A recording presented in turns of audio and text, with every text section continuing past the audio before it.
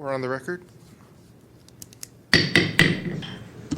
Calling this meeting of the San Francisco Sunshine Ordinance Task Force Complaint Committee meeting 5:30. Please call the roll. Call the roll. Member Wolf. Here. Wolf present. Member Hinsey absent. Chair Tesfa. Present. Tesfa present. We have a quorum. Thank you. Just an announcement. I'm going to be chairing this meeting because Chair Tesfaye has lost her voice. Okay, are there any changes to the agenda? There are no agenda changes that I know of. Member Tesfaye? No. Okay. Great. Seeing none, let's approve the minutes from last meeting. Item number 2, approval of the July 25th, 2017 Complaint Committee meeting minutes. Any changes, edits? Seeing none, motion. Can we take it by acclamation? Okay, great. Save you the voice. Okay, seeing no objections. Public comment? Oh, yeah, public comment on the minutes, I'm sorry. Seeing no public comment, can we take this by acclamation? Seeing no objection, the item is approved. That motion is passed with Member Hinsey being absent. Great. Call next item. Next on the agenda, item number 3, public comment. Members of the public may address the committee on matters that are within the committee's jurisdiction but not on today's agenda.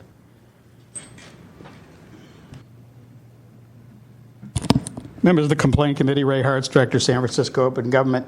And I'm going to be talking to you about something that is in your packet starting on page 86, but not as it relates to the items on the agenda, but other cases that are coming before you in the future.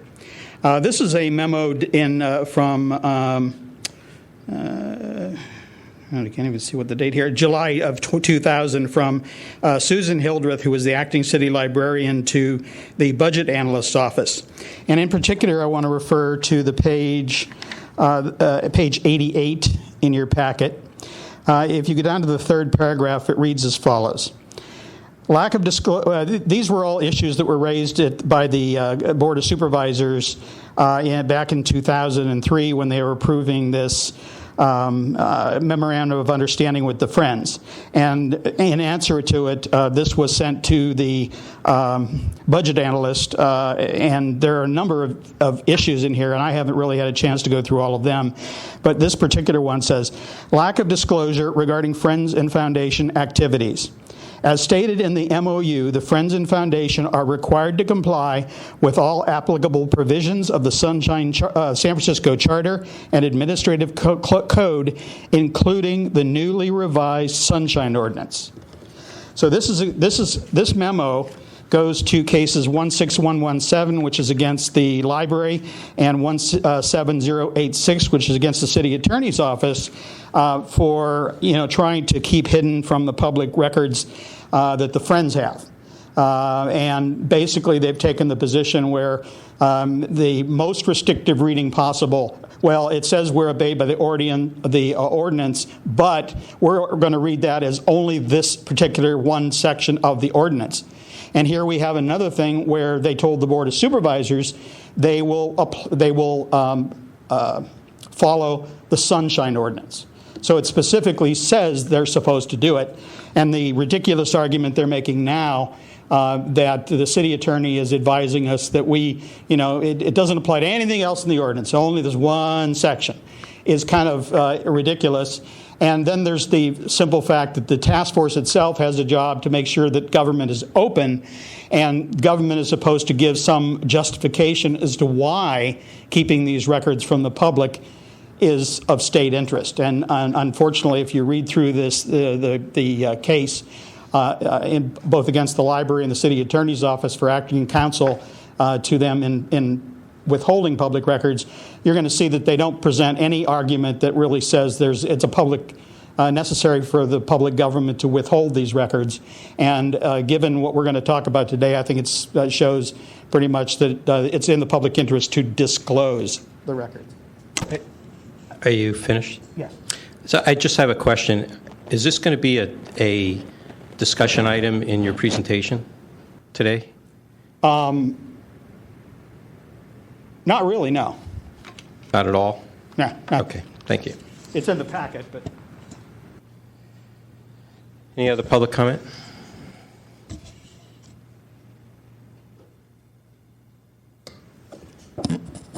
Peter Warfield, Executive Director of Library Users Association. I wasn't going to make public comment, but Mr. Hartz has pointed out something very worthwhile, very interesting.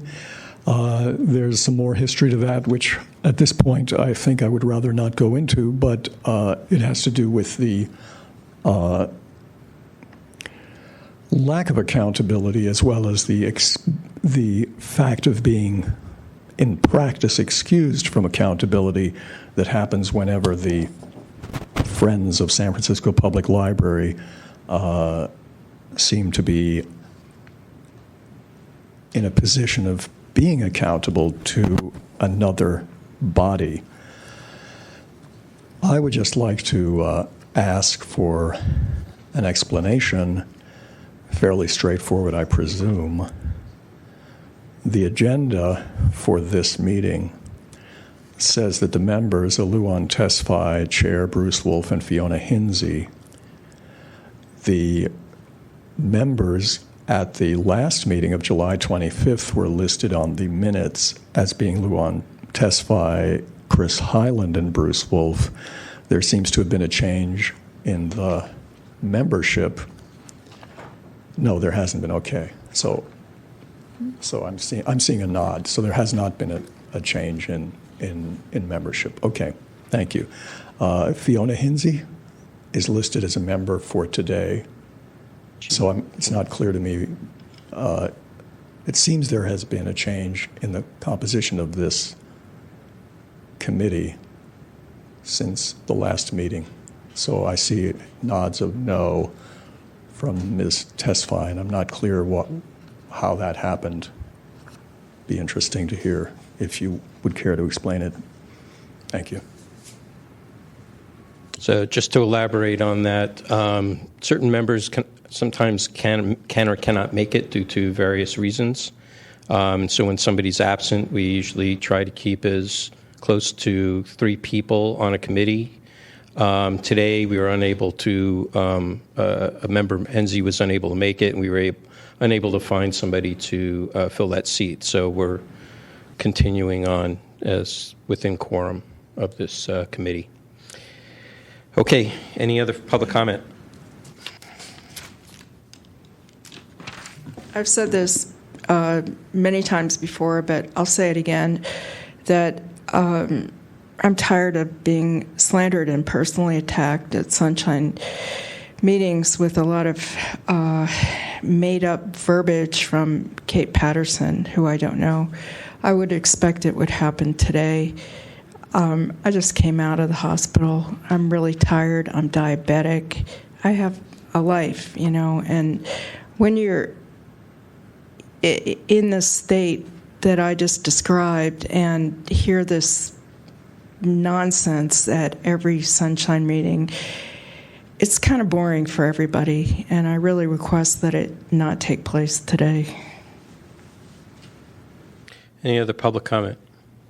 Seeing none, public comment is closed. Please call the next item.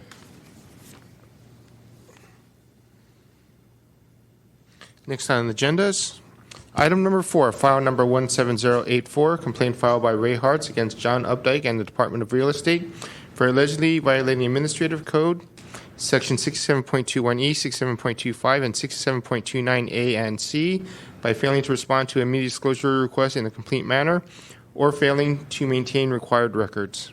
Okay, before we begin, I just wanted to make an announcement before this, but today all the items on the agenda will be heard to find jurisdiction to review the merits of the case so that the committee can formulate a summary to the full task force to make sure that all parties are in agreement of what the alleged violations are, and to also make sure that the full documentation for the full task force is collected, and we'll be identifying whether that is in order or not, and there may be some instructions to provide additional records. That's generally for the complaint committee. Today, the complaint committee will not adjudicate a case.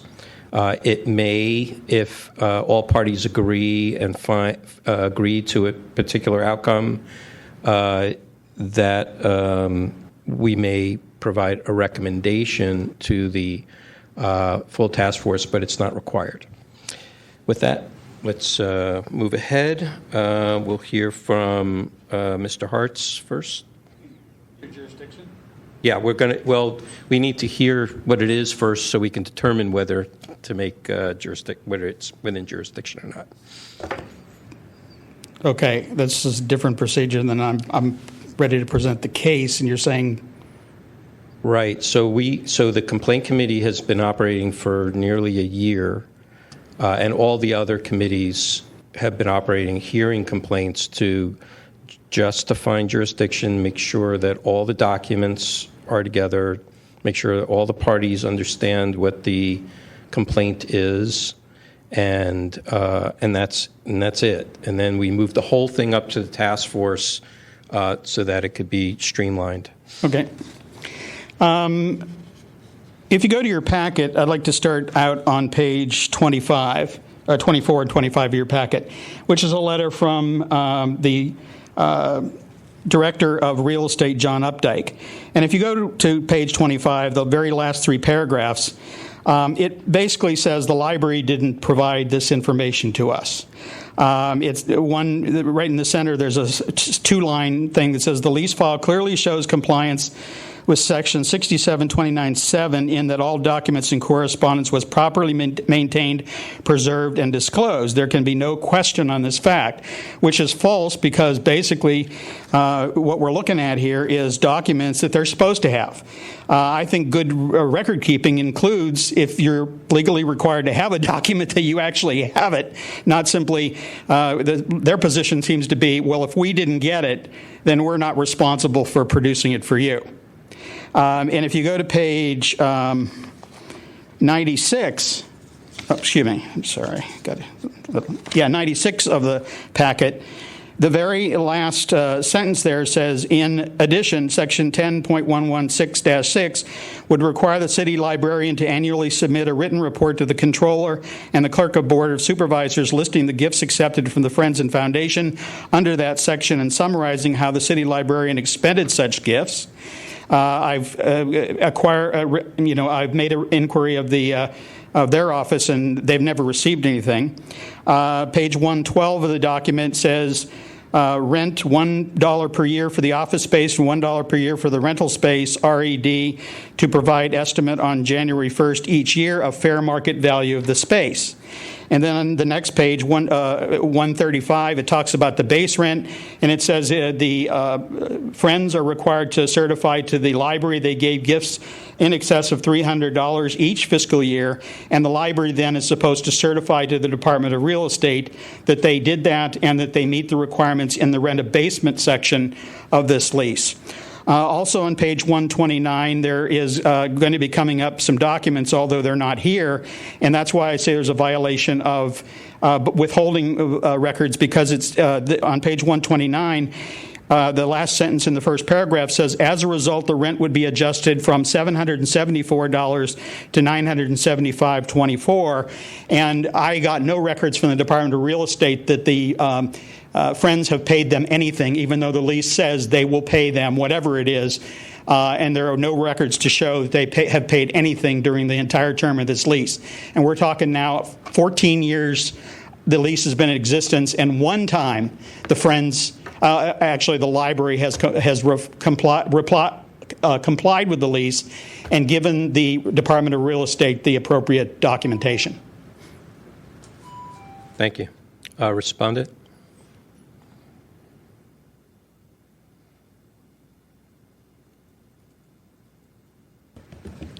Good evening. Claudia Gorham, Assistant Director of Real Estate.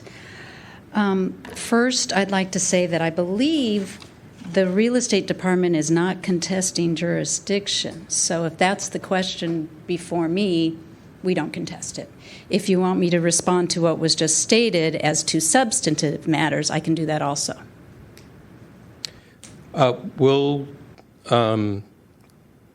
The only purpose to present substantive matters is for us to determine whether it's in jurisdiction or not. We're not going to be adjudicating the case. Right. So I'm saying we understand that you have jurisdiction over us and that the sunshine applies to us. So if that's it, then I'm not contesting jurisdiction. Okay. Okay. Thank you. Questions? I'd like to make There's a motion from Member Tesfa to find jurisdiction. Thank you. Okay. I'll second that. Let's hear public comment on jurisdiction.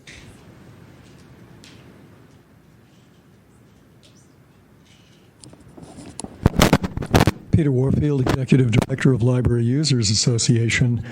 I don't contest jurisdiction and agree with both of the previous speakers, both parties, that you have jurisdiction. What I'm not clear on is item 4B on the agenda says hearing on the complaint, and it's been the previous practice to have a hearing at this subcommittee, or committee if you like. It's a subcommittee of the full Sunshine Task Force. And every one of the items related to complaints on this agenda has item B, 5B, 6B, 7 doesn't have it, 8B has it, 9B has it, which is hearing on the complaint. So it's not at all clear to me what the procedure is here and whether there's going to be any hearing on the complaint on its substance or from the parties or from the public. So I'd very much appreciate if you could clarify what the procedure is. I'll explain it. And it's in the paragraph above number 4. Exactly, and it's bulleted 1, 2, and 3 of exactly what's happening here. Hearing is what as it applies to this committee. It's not hearing as it applies to the Sunshine Task Force, the full task force. This committee has been operating under this rubric for nearly a year to help streamline the process and to reduce as much adjudication among just 3 members as possible and allow the benefit of all parties of the full task force for adjudication. Well, thank you for the explanation. It seems to me that I recall a specific instance where Library Users Association, I believe earlier this year, brought a complaint, and there were hearings, and in one case there was a particular finding that, in fact, the respondent had violated the law and went and sent the complaint. This committee sent the complaint to the full task force with the recommendation to find at least part of the complaint justified. It's at the pleasure of the committee how they want to manage the case. That I don't know that that's happened in this particular committee, but it may have happened in one of the other committees that hears complaints. Thank you. You're welcome. Any other public comment? Seeing none, please call the roll. On the motion to find jurisdiction, Chair Wolf. Aye. Wolf, aye. Hinsey, absent. Member Tesfa. Tesfa, aye. The motion passes. Okay, thank you. Is there anything else that you want to ask with regards to this at all? I have a question. And either Mr. Hartz can respond, but I want to ask our administrator first. I seem to recall, I didn't have enough time to research this, but I seem to recall that this particular issue has come up before us before. Is this a continuation of a previous complaint regarding the real estate part? Not as far as I recall. Okay. I think maybe then it was about the disbursements of funding or something like that. Is that what it's? Okay, great. Yes. Mr. Hartz, just to keep us just on very shade. briefly, it was just what I was talking about in my general public comment, their advice that the section of the ordinance which says that they have to, if they raise funds in their separate entity, they have to comply with the ordinance. Okay, so that has come before us before? No, that will be coming before you in the future. I thought you had brought another case regarding the Friends with regards to either money and disbursements or real estate? God, it's gotten to the point where there's so many cases. There is one Okay. complaint that's pending with the public library, and that's regarding the compliance of inserting into the MOU compliance with the Sunshine Oh, Ordinance. right, okay. And that was heard at the committee level, and it's been scheduled for the full Okay, task for hearing. that's what I recalled. Okay, great, thank you. I just want to make sure we weren't duplicating stuff here. Okay. All right, I have no other further questions or anything. I Yeah. think there may be a little confusion in that the public real estate may want to provide comments as to their defense of or why they believe they have not made, there is no violation, because they only commented on jurisdiction but not on the complaint itself. Okay.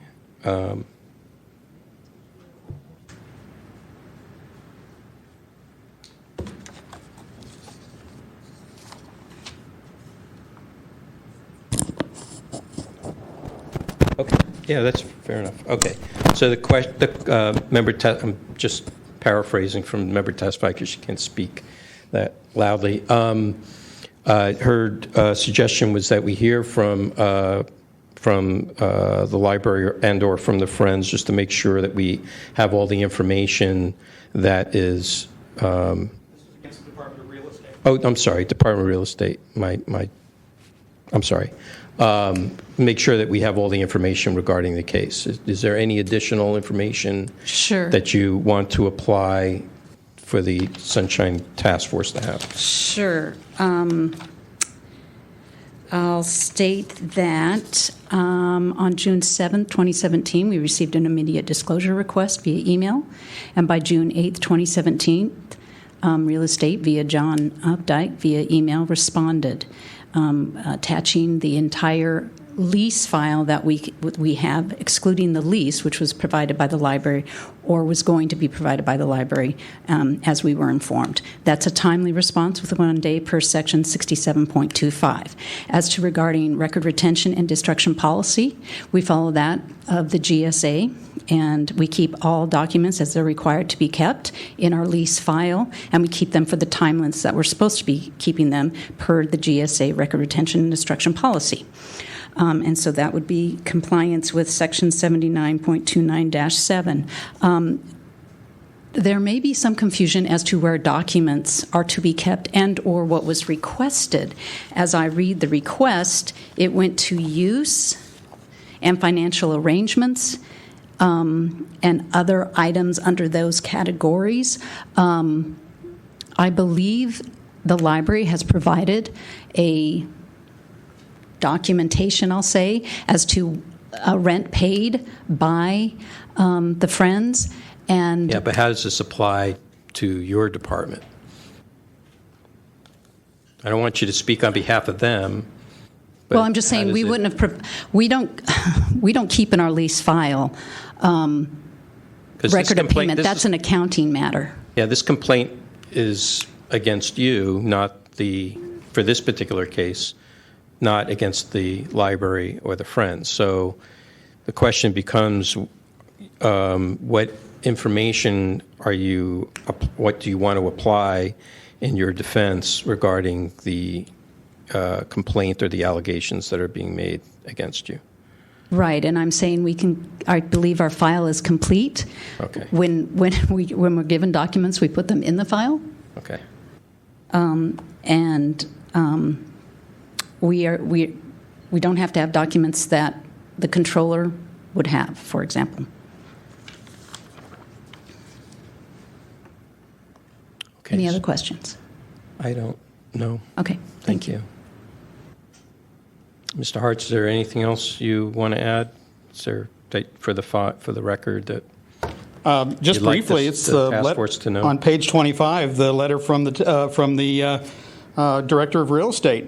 In the letter, it basically says that there's a requirement under the terms of the lease. This is a legal agreement between the City and County of San Francisco and the library and the Department of Real Estate, stating that their rent shall be a certain amount, and they have to comply each year, certifying to the library that they gave a certain amount or above to the library, and then the library in turn has to certify to the Department of Real Estate that they met the terms of the lease.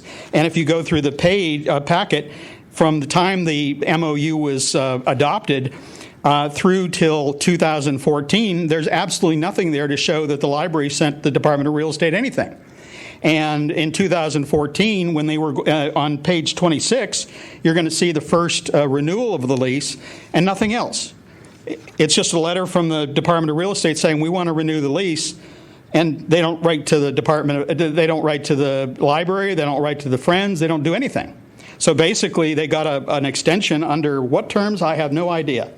And then you don't see anything else until 2014 when the second extension of the lease comes up, and then they start saying, yada, yada, yada.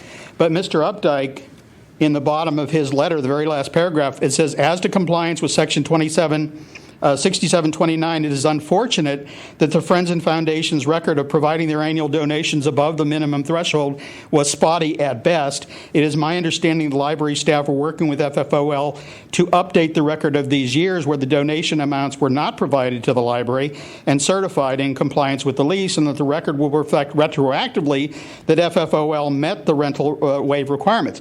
It isn't the fact that, we didn't do it for 14 years, and now we're going to go back and retroactively say that they met the terms of the lease.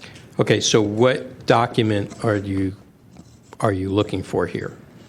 I'm looking for any documents that the Department of Real Estate has that the Friends paid anything in rent, whether it's the $774 per month in the lease, whether it's the $1 abated fee, whether it's the $974 that was put in the second renewal letter. And they should have some documentation to show that this lease is being complied with. If they have leases around the city with a whole bunch of different entities, and they basically just say, okay, we're going to put stuff in the file, put the file away, and just pretend like we don't need to put anything else in it, that's what they seem to be doing.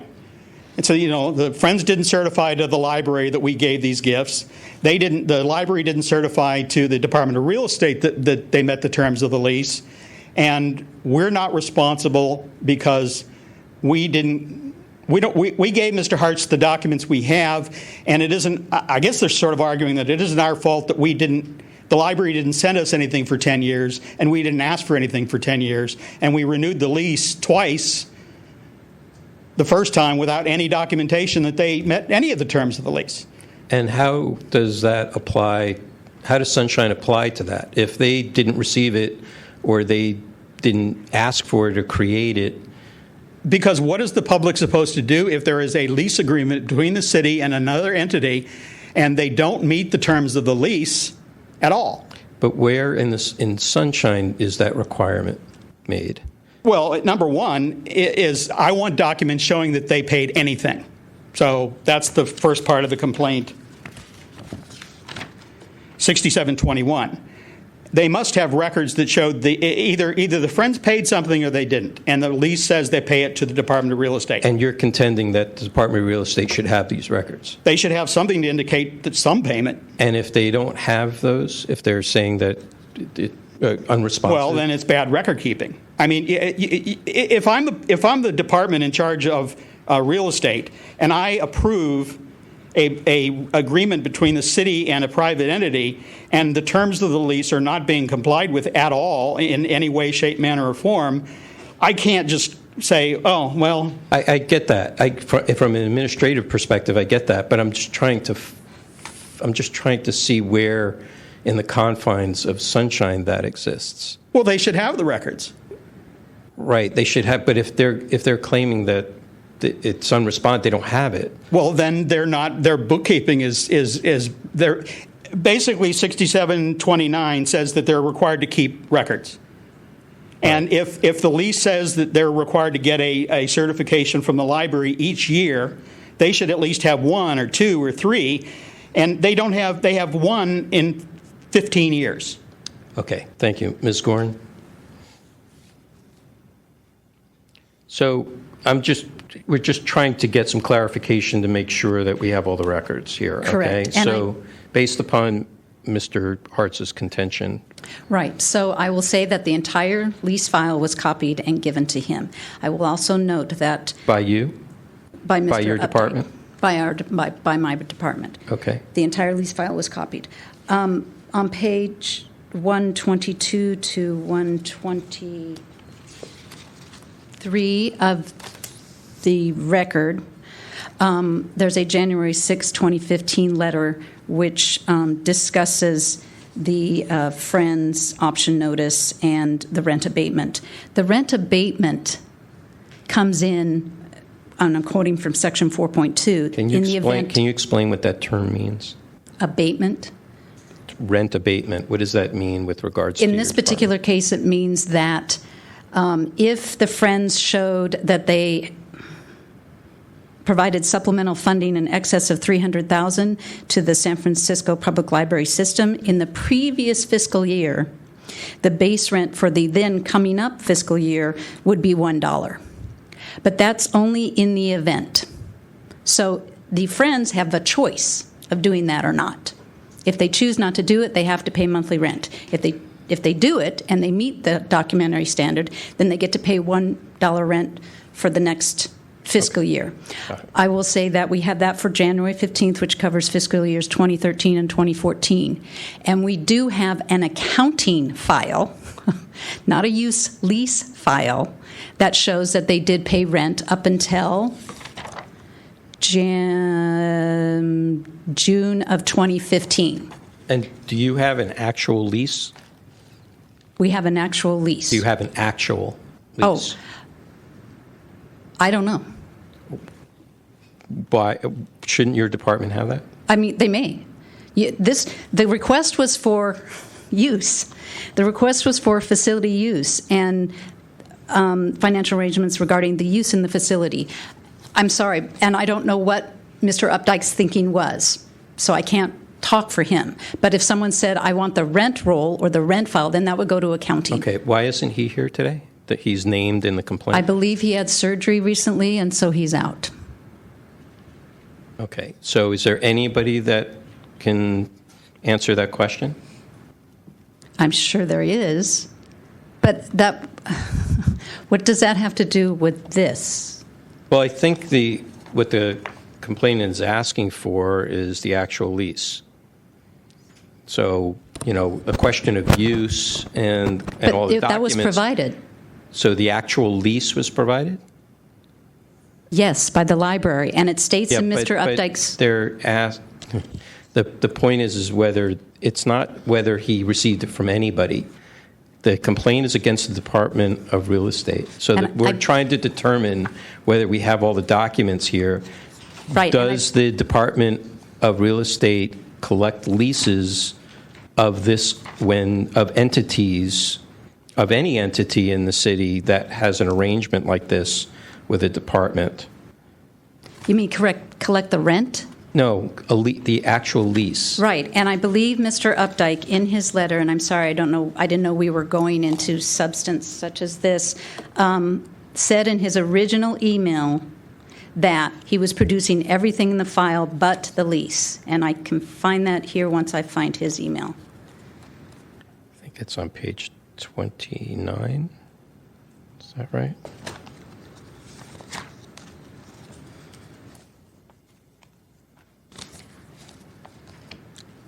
No, not 20. Oh, that's not right. Page 24. No, is that to us? That's to us.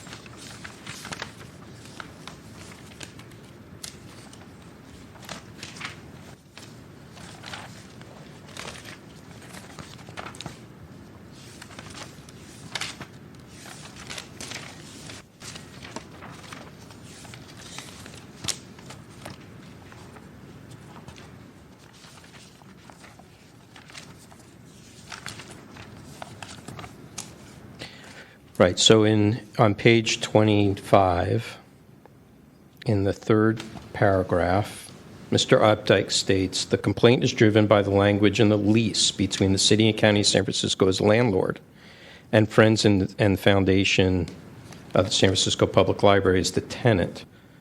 So where is that lease? Don't you manage leases for the city? Some, yes, some we don't. It depends. We assist departments. It depends on what the department wants us to do. Is it regular practice that the departments manage all the leasing and management of renting out space? It depends. It depends on the departments and the assistance that they request of us. Okay, so in this case, what was your arrangement with the Friends? I don't know if there's even an MOU regarding that fact. Okay. I will state that on June 8th, 2017, and this is page 17. I can't find Mr. Updike's actual, oh, here it is, page 168. Mr. Updike states that with respect to the remainder of your request, pasted below, we offer the entirety of our lease file, accepting therefrom the lease itself scanned and attached here.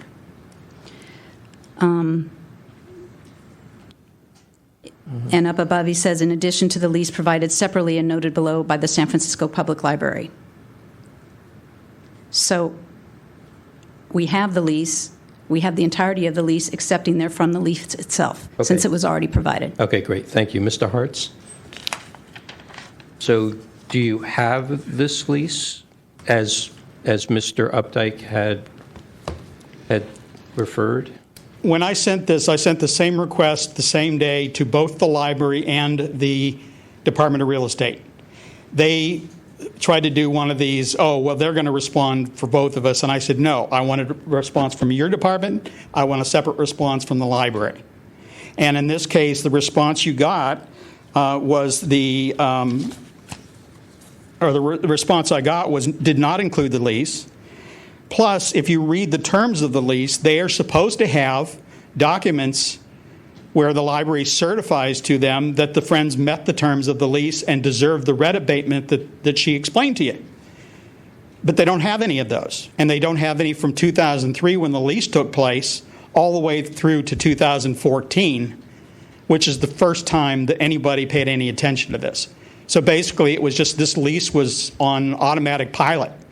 Did they pay anything? I don't know. As far as the Department of Real Estate goes, they didn't produce anything that says they paid even $1. Whether they got the abatement or what. And then there's also a document they did provide which said the lease had gone up to $970 some dollars. Okay, so I guess The question is, if you have a lease, then the parties to the lease are required legally to adhere to the lease. And if the terms of the lease are such that the Friends tell the library, certify the library a certain amount was given, and the library then is required to certify to the Department of Real Estate that they did give that amount and do deserve the abatement, those should all be documents that are in their file. So you're saying that those documents, that certification is not in the file? None of them are. If you look at the packet, what you have in the packet is what I got from them. Okay. So there's nothing for including, that's what I said. There's one lease renewal. And the only thing you see about that lease renewal is the Friends writing a letter to the Department of Real Estate saying, yes, we want to renew the lease. Okay. Not even a response to that. So the documents that you're looking for is the certification. Okay. Right? Yep. You're looking for any documents that reflect payment? Correct. And these are and what is there anything else that you are stating that the Department of Real Estate should have gotten? Well, to your point, they should have sent me a copy of the lease. Well, if they referred, I think in Mr. Updike's letter, he very clearly stated that it would be coming from somewhere else. So there's a level of assistance that's happening there that I think doesn't necessarily reach threshold of violation. Well, if you actually look at the Board of Supervisors resolution on page 107, you'll see that one of the signatories there is Anthony J. DeLucci, Director of Property. So basically, they were a party to this lease. They certified to the Board of Supervisors to approve this lease, and yet when the lease actually goes into effect, they just kind of abandon any responsibility for the terms of the lease.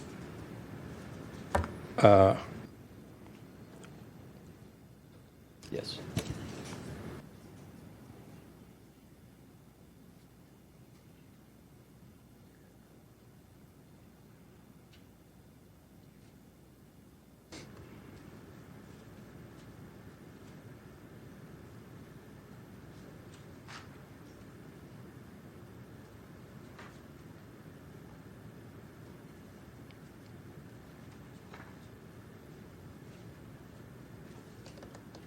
Okay.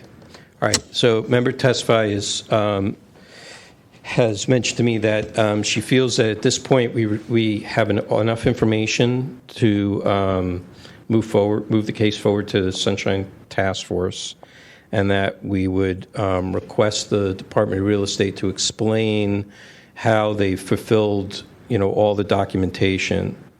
We're not quite clear on which documentation that Mr. Hartz is declaring to be outstanding. As far as what is supposed to be contained in the file as required. On page 135 of your packet, there is a copy of memorandum that went to the Board of Supervisors. It says, throughout the term beginning on the commencement date, tenants shall pay to the city the annual base rent specified in the basic lease information, provided that such sum shall be subject to escalation pursuant to Section 4.2, adjustment in base rent. The base rent shall be paid to the city in advance without prior demand and without any deductions except as provided in Section 4.2, rent abatement. Set off or counterclaim whatsoever in equal consecutive monthly installment payments on or before the first day of the term and on or before the first day of each month thereafter. All sums payable by the tenant to the city hereunder shall be paid in cash or by good check to the city and county of San Francisco in care of the director of property at the primary address for the city specified in the basic lease agreement or such other place there. And then the next paragraph goes into the rent abatement and says what the rent will be, and it says at the end of each fiscal year, the Friends and Foundation shall send to the city library a statement showing such donations. Upon certification of such statement by the city librarian and the library's chief financial officer and delivery of a copy to the real estate division of the administrative services, the basic monthly rent shown. Gotcha. Okay, Ms. Gorin, can you just make a note that we want an explanation? You should prepare an explanation for the task force as to this particular section that he cited. He's citing actually part of one page from the lease. That's not a memo. It's a page from the lease.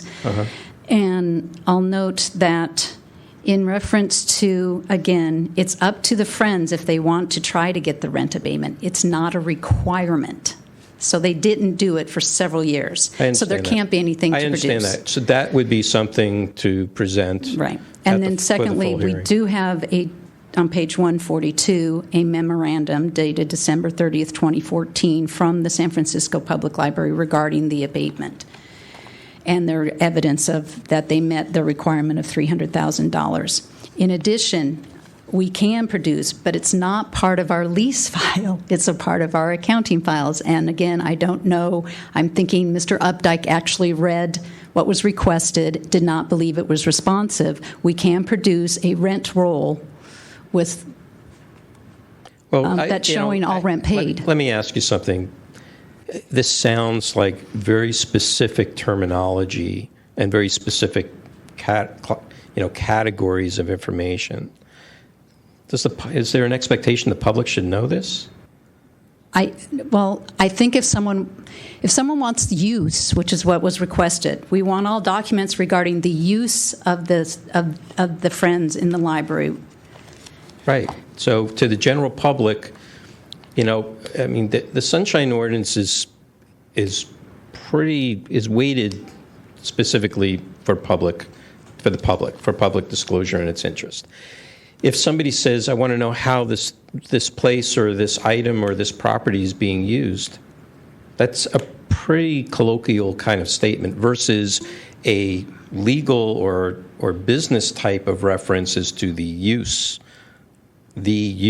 of something, which could have some confinement to it. We produce the entire lease file to go back and then recreate the rent paid, because I can't produce anything that accounting has. I can't produce anything that the controller has. I can't produce things that are in other departments, and I can't produce anything that wasn't created unless we create it. Okay, so your argument is that whatever is in the lease file is what was provided to you. No. No. There's emails in the file that are from our office. The lease file goes to what we normally and every day put in a lease file. It has correspondence. It has emails. It has the resolution and other kind of lease creation documents. It doesn't have... Is there any other information regarding this subject that is not in the lease file? It's in like some other named file? Subject of what? The subject of the Friends? The lease around, or the leasing of space to the Friends by the library or by the city. Is there anything out? Do you have any other file other than a lease file that has other kinds of documents that apply to this? I would say no. Okay. I would say anything this is that all was... the information, everything that's in the lease file is everything in your department that is applicable. Is everything that we kept. Okay. So I just wanted to go to the original request to Mr. Updike. Mr. Hartz requested the IDR is for copies of documents detailing any lease or other agreements for facility use granted by the San Francisco Public Library to the Friends and the Foundation of the San Francisco Public Library. So it's not just about use. He asked specifically for documents detailing any lease or other agreements. Right, and so we have one lease file because we have one lease. Right, so okay, fair, okay. I don't. That's fine. I'm sorry, I'm not trying to be... That's fine. No, difficult. That's fine. I just want to be... I can't create things that aren't there. The purpose of this particular type of hearing is to make sure that we understand it so that we can present it appropriately so that our members can understand it in our language. Right. Okay? And, that we all are in agreement to what is being brought before us. And as I say, we can and we will, if that's what's requested, to produce a rent roll, which is basically an itemization of rent paid. And is that information that you currently have in your office? It is now in our office, yes. Okay. Then please provide that for your hearing. Well, it wasn't. I mean, I don't know if it was in the format I'm thinking of. We sometimes get rents and we sometimes don't. In this particular case, I believe that we do receive the rent checks. And when we receive them, they go to the controller's office. We don't really need to hear the granularity of it. The question is, well, I'm just saying we don't keep... If you have documentation for it, then present it. Yes. Okay? If you don't have documentation, then say you don't have it. Okay. But the idea here is just to make sure that we have a complete file that we can present with all the necessary information. We don't want you walking in the door of the hearing saying, I've got new information. Okay? That kind of thing. Okay? Right. I'm sorry. I don't believe that Mr. Updike, and I'm speaking for him out of term, but I just don't think he read this as saying we want the accounting.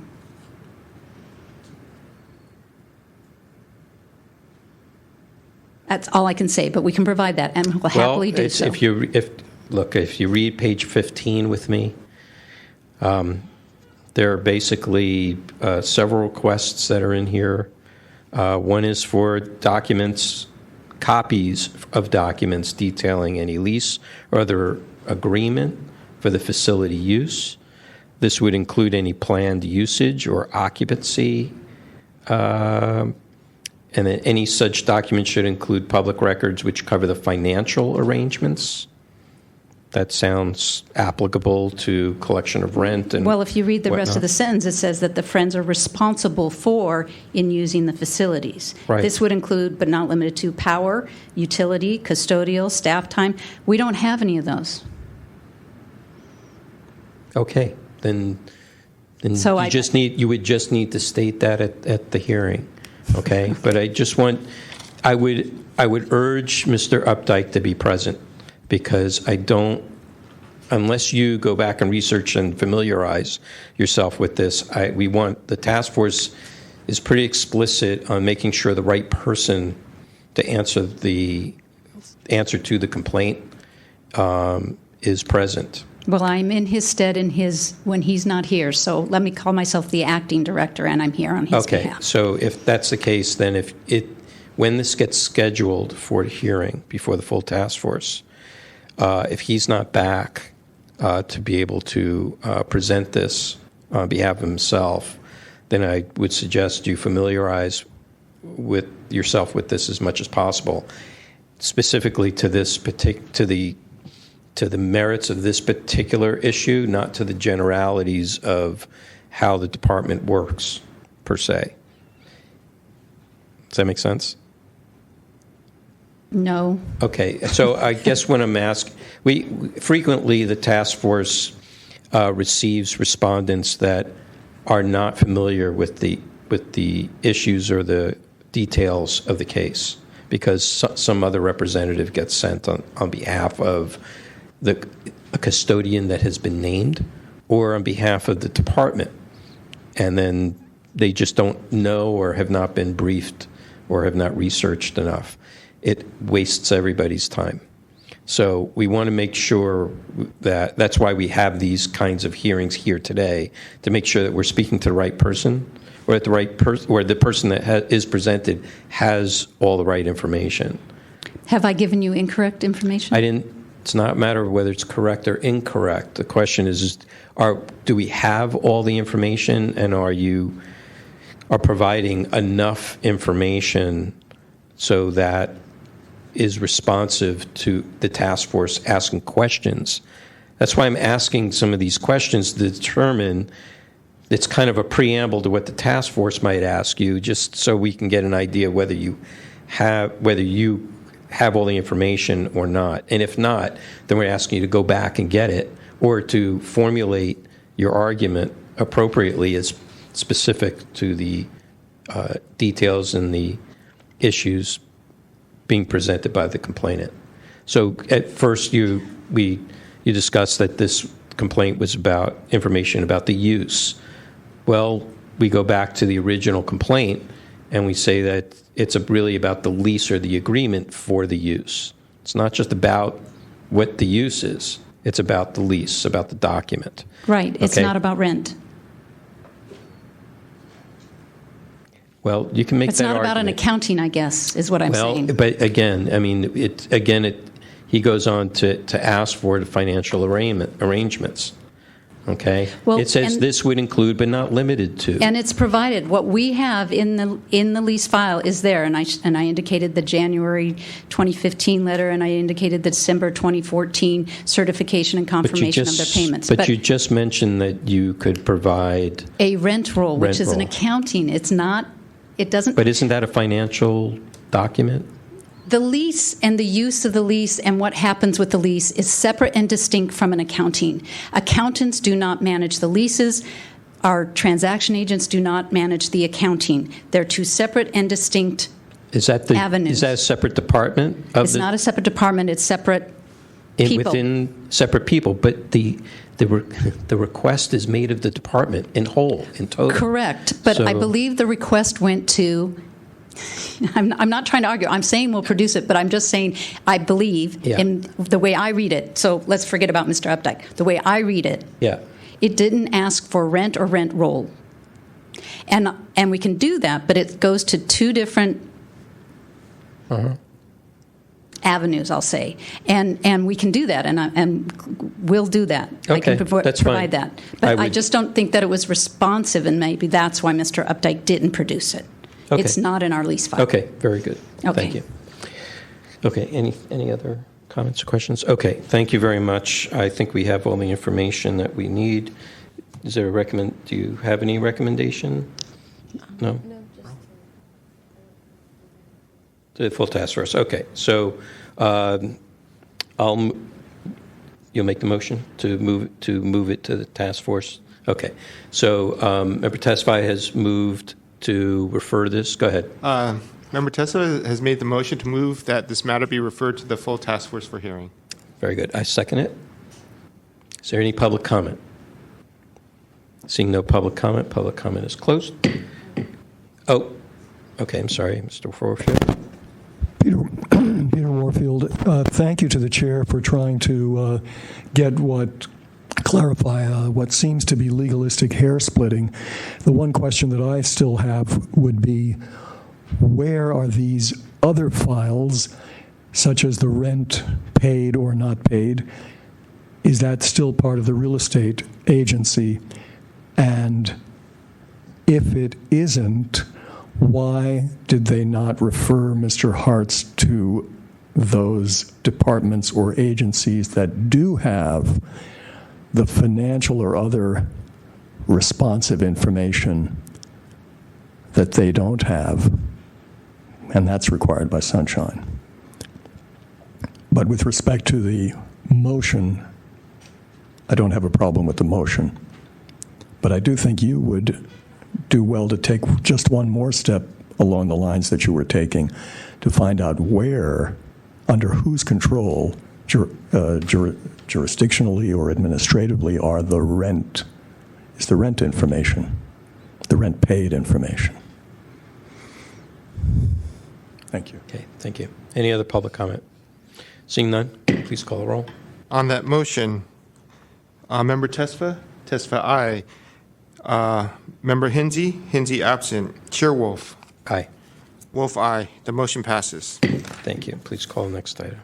Next on the agenda, item number 5, file number 17085, complaint filed by Ray Hartz against Luis Herrera and the Public Library for allegedly violating Administrative Code, Section 67.21E, 67.25, and 67.29A and C by failing to respond to immediate disclosure requests in a complete manner or failing to maintain required records.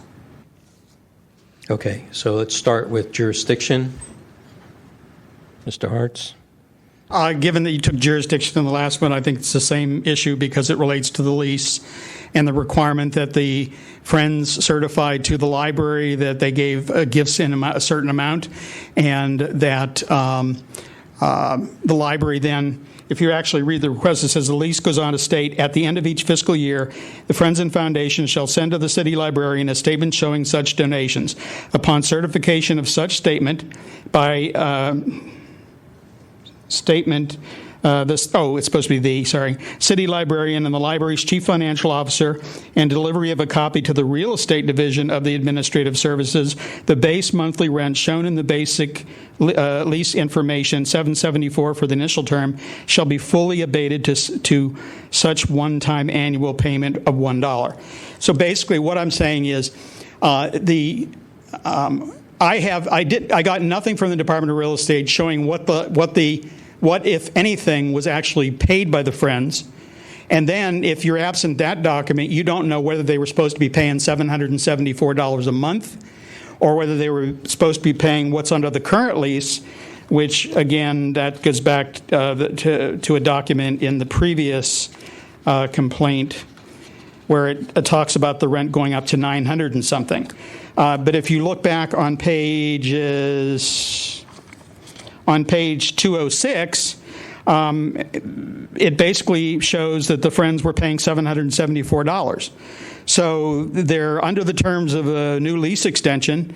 The Department of Real Estate says that they're required to pay $900 and something, and there's no record from the Department of Real Estate or the Friends showing that they paid anything. So basically, how is the public supposed to know whether the terms of the lease are being met and what the Friends are supposed to pay and what they paid? That's basically the complaint. And, the bottom line is, if they're not going to, police the terms of the lease that the city has with the Friends, then the public should be entitled to look into that and say, okay, well, you're not looking into it. Why can't we? There is no reason for them to withhold that information from the public. Either they're meeting the terms of the lease or they're not. But from what they produce, both the Department of Real Estate and the library, we don't know what they're supposed to be paying. We don't know what they paid or if they paid anything. Thank you. Respondent? I'm not sure who's going to speak, but. Hi, I'm Maureen Singleton, Chief Financial Officer with the San Francisco Public Library. With respect to jurisdiction, we are in agreement that there's jurisdiction. And then on the other item, I'll respond at that time. Thank you. Anything else? No questions? Okay. Is there a motion? I believe the motion is to determine that the task force has jurisdiction over the matter and that the requested records are public documents. Okay. Member testify. Move that. I'll second it. Public comment on jurisdiction. Seeing no public comment, please call roll. On that motion, Hinsey absent. Member Tesfa. Tesfa aye. Chair Wolf. Aye. Wolf aye. The motion passes. Okay. Just a second.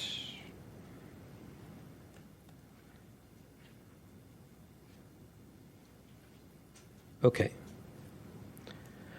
All right. Let's see if we've got all the information here that we need.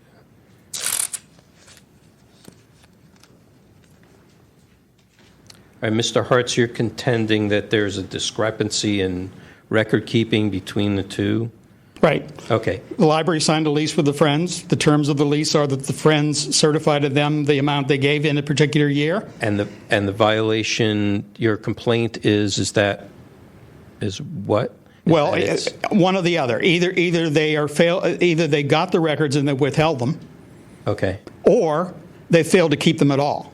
And keeping record keeping, I think, is in business or any other financial arrangement is something, you can't just say, well, we didn't bother, you didn't comply with the lease and we didn't bother to ask you to comply with the lease.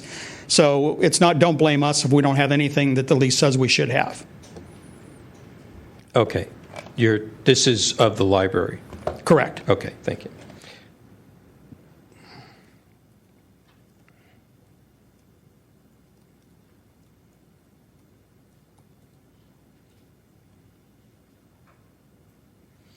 Do you have any? Just a moment, we're reviewing.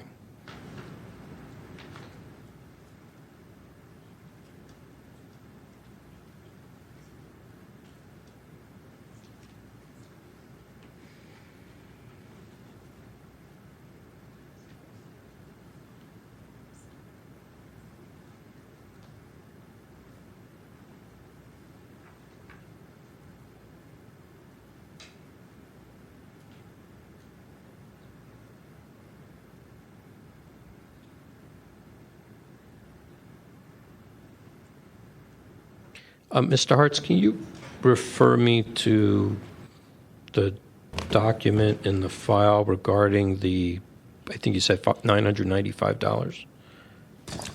Actually, that was back in the previous case.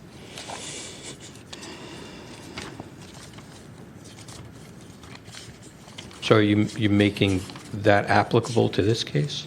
Yes, because if you look on page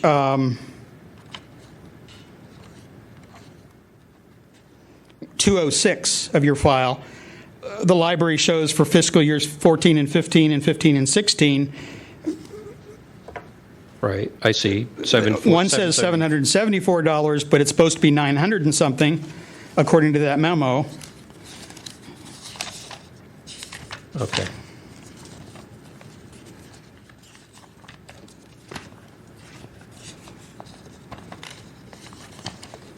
Page 129 of your file. It's from, it's to Roberto Lombardi, who is the facilities manager of the library, from Claudine Venegas at the Department of Real Estate. And it says, as a result, the rent would be, at the end of the first paragraph, it says, as a result, the rent would be adjusted from $774 to $975.24 per month. So basically, that's why I wanted to get the documents from both places. I wanted to see what the library got, what the Friends paid, if they paid anything, whether it was paid and then rebated, or I don't know what the hell, because you can't tell. I see. Okay. Very good. Thank you. Okay. Ms. Singleton. So do you have records reflecting this adjustment that Mr. Sure. So the various documents that we provided to Mr. Hartz included that we went into the city's financial accounting system and pulled out the rent that was received. Those reports, I believe, begin on page 193 in the packet. So that shows the rent that was collected. The rent checks do go to the Department of Real Estate, not to the library, so they record that revenue in the accounting system. And so we pulled out the information. In those charts, you'll see the transaction document number, a description of library rents, and so forth. I'm sorry to interrupt you, but the question is not about whether they paid rent or not, but the question is there's a reference to it being one amount and a reference to being at another amount, and there's no records reflecting that change, or which one's correct? So my understanding was that he was looking for proof that rent was paid, so that is part of the documentation that was provided to him. Also, in addition to that, what we did provide was a copy of the fiscal year 14 confirmation memo, and that was on or about June 16th, 2017. And a copy of a memo dated June 16, 2017, to show the certification for fiscal years 15 and 16. In my search of the files that were available in the finance office, there were no other requests for reduction of rent to the $1 per year after reaching that threshold amount of $300,000 or above. Okay, so going back to the original request, how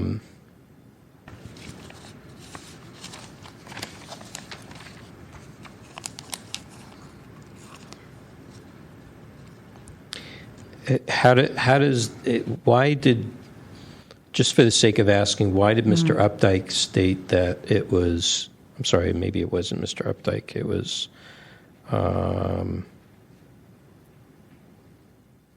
Claudine Venegas in February 8th, 2013, stated that the rent would be adjusted from $774 to $975.24.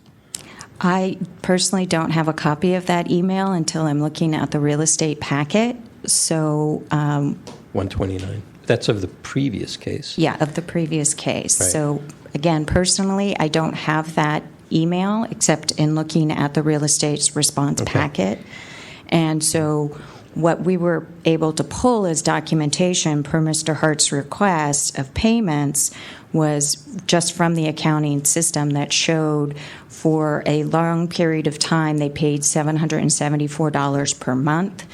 And then at one point, actually, they started paying $1 a month. So that was more than what they needed to, according to the terms of the lease agreement. Because when the abatement is permissible, it's $1 per year. Yeah, no, I understand that. Right. This is prior to that. So the question is if in one case a requester gets information, this is one thing, and then they ask the same or similar question of another department and get completely different answers, they're going to want to look for some corroborating documentation. And what the complainant is requesting a petitioning for a hearing for is because he's not able to get that corroborating information. He feels that it's being withheld. So the question is do you have any information relating to this, a different amount that was supposed to be paid? In the files that I went through, I do not have anything that pertains to the $925 $125 or whatever the dollar figure was on that. Okay. So that's the first thing. And you've provided documents detailing actual payments made by Right. the Friends From under this the- lease agreement? From the accounting system, yes. I had my accounting operations manager pull the data as far back as she could tell from the accounting system. Okay. And So- you provided Mr. Hartz with the copy of the lease? Yes. So, and my recollection is that initial request for the lease agreement went to real estate and was forwarded to the library, in which case we provided him a copy. Do you have a copy of that I do. information that went to real estate? That you just stated that there was some The documentation. real was sent. estate forwarded Mr. Hart's request for the lease agreement. No, this again, the complaint is this is on your department now, not on real estate. The request was to provide any subsequent certification to the real estate division. Yes, that was provided. The certification comes from the library, Right. and that was provided to him. There Okay. was the certification on fiscal 14, and then, as I noted on page 191, comment number 3, a copy of the confirmation memo dated June 16, 2017, from SFPL to RED to certify the Friends' contribution exceeded $300,000 per year in fiscal year 15 and 16, and I included a copy of the email to real estate. Yep, So that's been provided. But where's the documentation in relation to that? It's in the packet. Is it? Okay. Yeah. Can you point me to it? Point us Well, to it? it starts on page 193. Mm-hmm. So those are the fiscal documents. And where's Goes- the certification?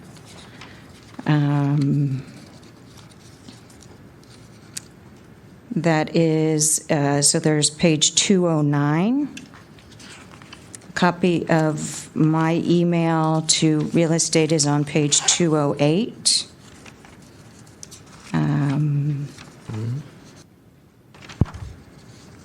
And then 210 and 211. So those are the certifications. Memos from my office, So from the library to real estate. So does the commission not make a specific approval of certification? No. They're not required to approve certification? No, in the lease agreement itself, it says upon certification from the city librarian and the chief financial officer. Okay. And you're claiming that these memos are the certification? Yes. They're the official certification? Yes. They don't need to be stamped, or there's no special requirements No. for them? Okay.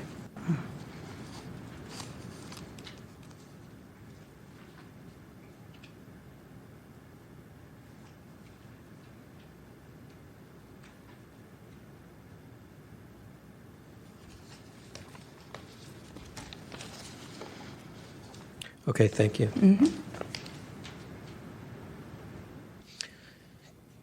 you have any? Do we have?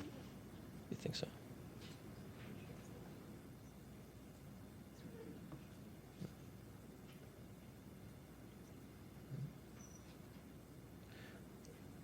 Let me just ask, Mr. Hartz, let me just ask a quick question. So we were just discussing whether we have all the information. We feel that we have enough information, enough of the facts here to present to the full task force. But I wanted to ask you, did you have some expectation of what the certification might look like or be like, or do you have any? Do you know what it was supposed to be? Actually, it's kind of interesting that you should ask that, because somewhere in the memo there's a thing where the library asks the Department of Real Estate, do you have an example of what that should be? And it's kind of like, okay, so we're now 14 years into the lease, and we're asking you, the Department of Real Estate, what the certification should be. Well, we're not going to go try to. Basically, what I would Fine. expect is that there would be a memo from the Friends saying, we gave you X number of dollars in this year, which meets the terms of the lease, and then a letter from the city librarian or the chief financial officer of the library to the Department of Real Estate saying the Friends met the terms of the lease, and therefore this is the amount they should be paying.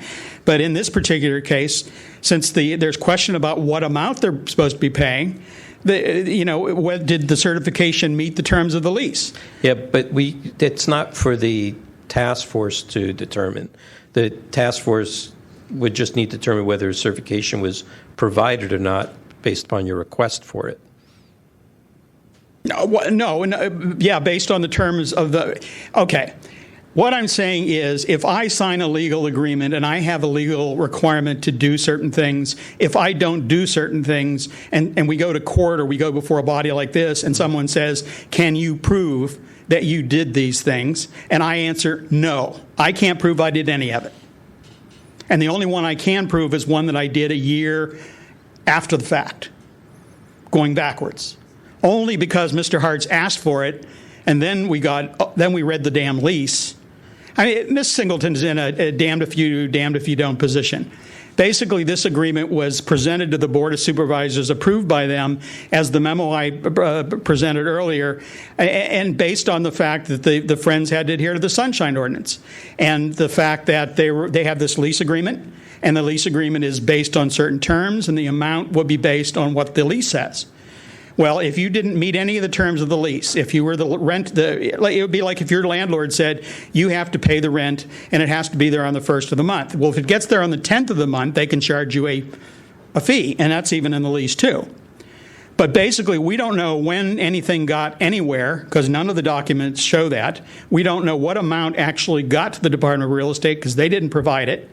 We don't know what the Friends were supposed to be paying because, according to their records that they provided to me, the library provided to me, they were paying $774 a month for all those years, and they've just got the little notation in the thing.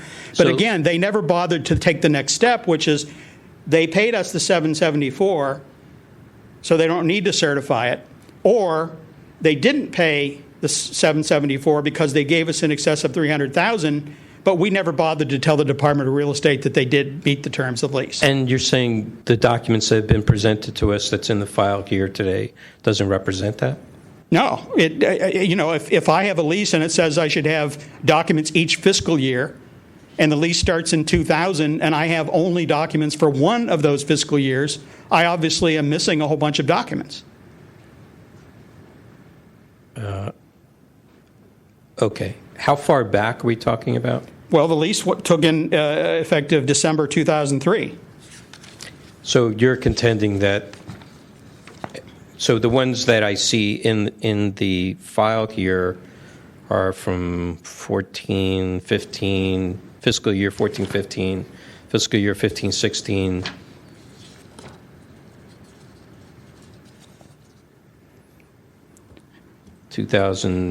Fiscal year 13-14, fiscal year 12-13, 11-12, 10-11. Well, you're reading something into that. I'm not, because all I see is numbers. I don't see anything there to say this is what they actually paid, or whether they got an abatement. The only time we see that is the very last entry on 2 and 3. But wouldn't this is a rent roll? These are rent rolls. I don't know what they are. It doesn't say what they are. It says on the top. Then the title. It says rent payments. But the library is providing rent payments when the Department of Real Estate said the payments don't go to them. How can they provide the information relating to the rent payments if the rent payments go to the Department of Real Estate? Well, wait a minute. The Department of Real Estate stated that what they were being asked for was for the lease agreements and financial. I get basically that what I'm asking for is anything that shows either the Friends or the library made any effort whatsoever to comply with the terms of the lease. Okay, I got it. Okay.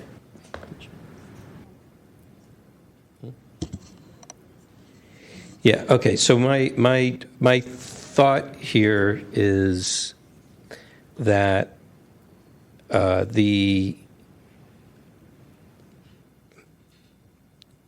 that I suppose what's provided here is the actual what's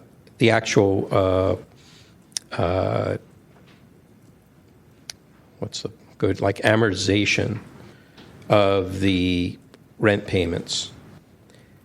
I think Mr. Hartz is contending that he doesn't know whether this is the actual correct documents or not, and that also the library had just testified that all the rents go to the Department of Real Estate.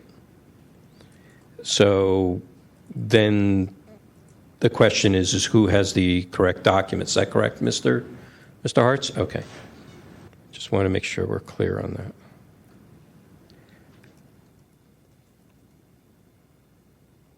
that. Ms. Singleton?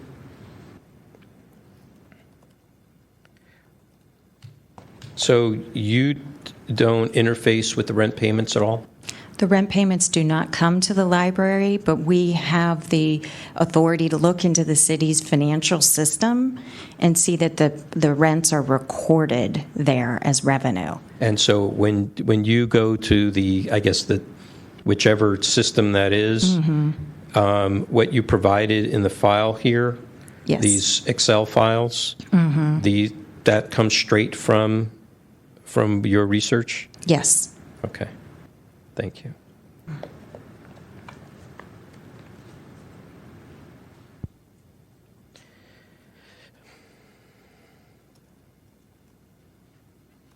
I'm sorry, Ms. Singleton. Again, can you specify which department you get those documents from? It is the city's financial system. It's an executive information reporting system. Okay, and do you know who's responsible for maintaining those specific records? Well, the city's controller's office would be responsible for the city's financial system. No, they're responsible for everything. I get that. But specific for this particular, like when somebody pays rent to the city, I mean, it goes to the controller? No, in this instance, according to the lease agreement, the rent checks are sent to the real estate department. So they deposit the rent revenue, and then they go into the city's accounting system and record the receipt of that revenue. Okay. And so this report pulls that information. That's what I wanted to know. Okay, thank you very much. Okay, I think we have enough. Yep. Okay. So I'll move to recommend this to be moved to the. The motion is to refer the matter to the full task force for hearing, and I believe that member Tesfa seconds that motion. Yep. Okay. Do you have something else you wanted to add? So Claudia was just reminding me that the Department of Real Estate is under the General Services Administration, and their accounting unit within that is the one that is receiving the checks. So just as a point of clarification. Okay, thank you very much. The motion's been made. Public comment? Public comment on to recommend this to the Sunshine Task Force.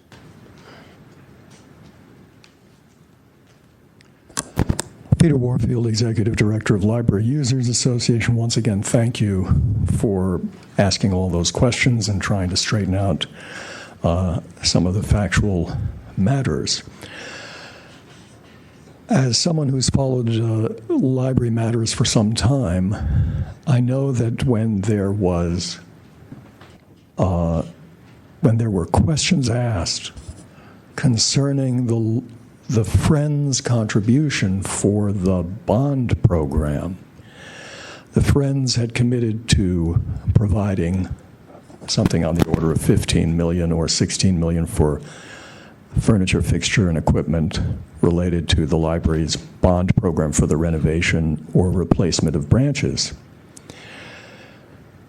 When push came to shove, and those who asked questions were seeming not to get very good answers, at some point, the Friends began to say, and the library too, that the commitment was being in part met through in-kind donations.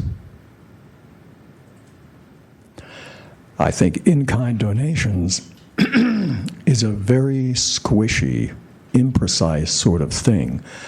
I certainly never saw at Library Commission meetings that discussed Friends donations toward the bond program any clarity with respect to what was a chair valued at. Was an in-kind donation an hourly rate of volunteers or of the executive director? I could say that I'm donating to the library my time at the rate of what? $60 an hour? $600 an hour? $6,000 an hour? I could say anything. So my concern with respect to Mr. Hartz's expectations about the documentation is just exactly how did the Friends meet the financial requirement. So I would agree with Mr. Hartz, certainly agreeing with your motion to put it to the full task force. But there needs to be, there should be more clarity with respect to in what way and how did the Friends meet the donation requirements, and in particular, based on what I'm describing as my experience on other donations from the Friends elsewhere, did any portion come from in-kind donations, and how were they valued and evaluated by the Friends and also the library? Was the evaluation realistic if that was part of the story? Thank you. Any other public comment? You just spent 2 hours on 2 complaints. I have 4 complaints, so I'm kind of left wondering what's going on. Maybe you should time yourself a little better. Thank you. Any other public comment on the motion to recommend to the Sunshine Ordinance Task Force? Seeing none, please call the roll. On that motion, Hinsey, absent. Member Tesfa, aye. Member Wolf, Aye. Wolf, aye. The motion passes. Please call the next item. Next on the agenda, item number 6, file number 17019, complaint filed by Andrew Bowe against Howard Lazar and the Arts Commission for allegedly violating Administrative Code Section 67.25 by failing to respond to a media disclosure request in a complete and/or timely manner.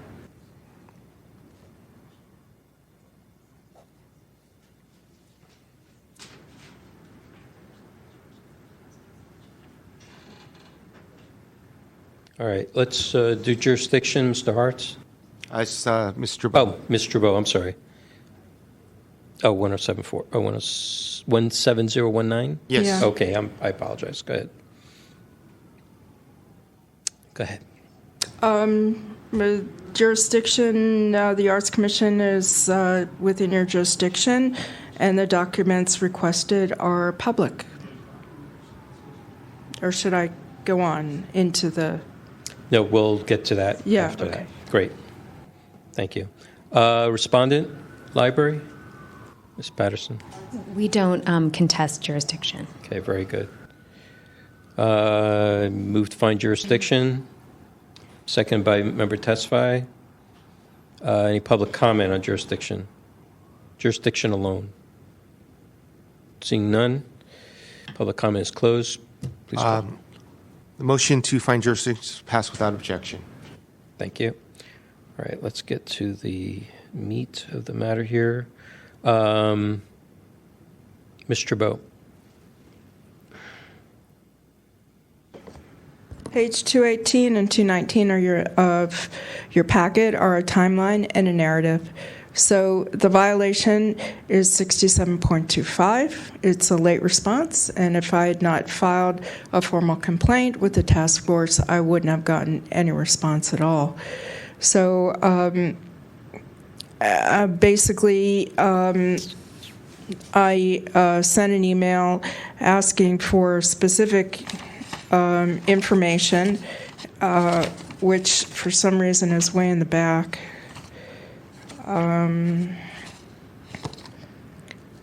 There's no page number to it, but it said all interoffice emails regarding cancellation of a street artist meeting, an email sent to all. No, that's a different one that should not even have been included in the packet. The original IDR asked for an updated screening criteria for street artists. They just updated it. It's all word of mouth stuff. People don't know what's going on. And before I sent the email, I looked on their website. I found links. None of the links pertain to any of it. And the email sent to me on March 6th didn't even address the IDR that I sent. The last link is the updated screening criteria given to artists. It's not updated. That was from over a year ago. So I didn't get the documents that I asked for. It's a mishmash of emails bouncing back and forth, which are extremely difficult to track. As I've always said, I could get one email from the respondent, maybe, here's the IDR, here's the first part, here's the second part, here's the third part. Instead, it's a mishmash, which is unbelievably difficult to track. And in the screenshot on page 229, I actually blew it up so I could see what it was, and it looks like Howard Lazar deleted that portion of his trash. The junk mail. On the left-hand side of the page, it lists the items that are included in our search criteria, and boxes are checked off which are deleted items, and it looks like when you blow up that screenshot that Howard Lazar checked that box, so that IDR was deleted.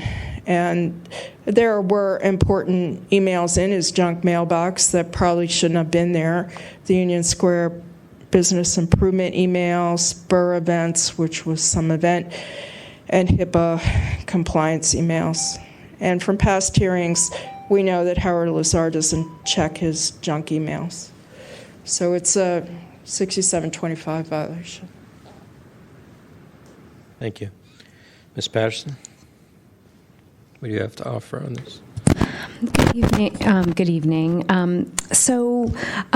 In the letter that I submitted on March 28th, I think it pretty clearly lays out the Arts Commission's position, which is that Mr. Boo changed her email address, and this has come up before at the Sunshine Task Force with regard to AOL accounts and how the city system filters those, and it is very common for AOL emails to get delivered to junk mail, and we have asked Mr. Boo in the past to just let us know when she has a new email address so that we can create rules to ensure that those emails are delivered to our inbox.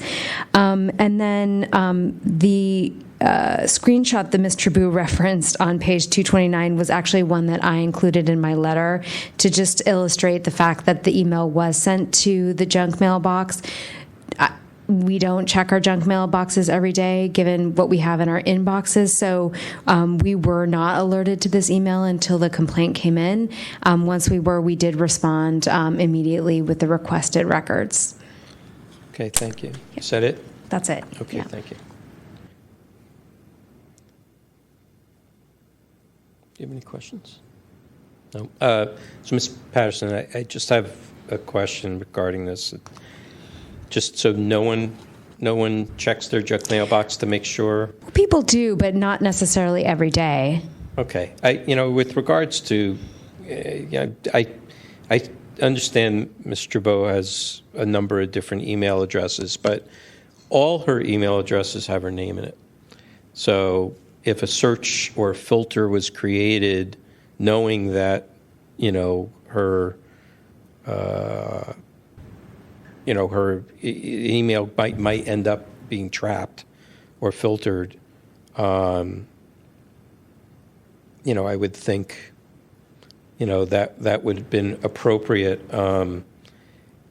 I just don't know that the actual email address is what triggers the, in the Outlook system. It's not the only thing that triggers something to be captured as junk. I'm certainly not an expert, Right. and I'm certainly not, but this has been discussed, and another, her name is escaping me in this moment, but another member of this task force who does have expertise in this area did say that it did confirm that AOL accounts in the Department of Technology would concur do have a tendency to be flagged as spam, and also the addition of numbers at the end also, are another thing that kind of make it look like a spam email. But I think your suggestion is a good one.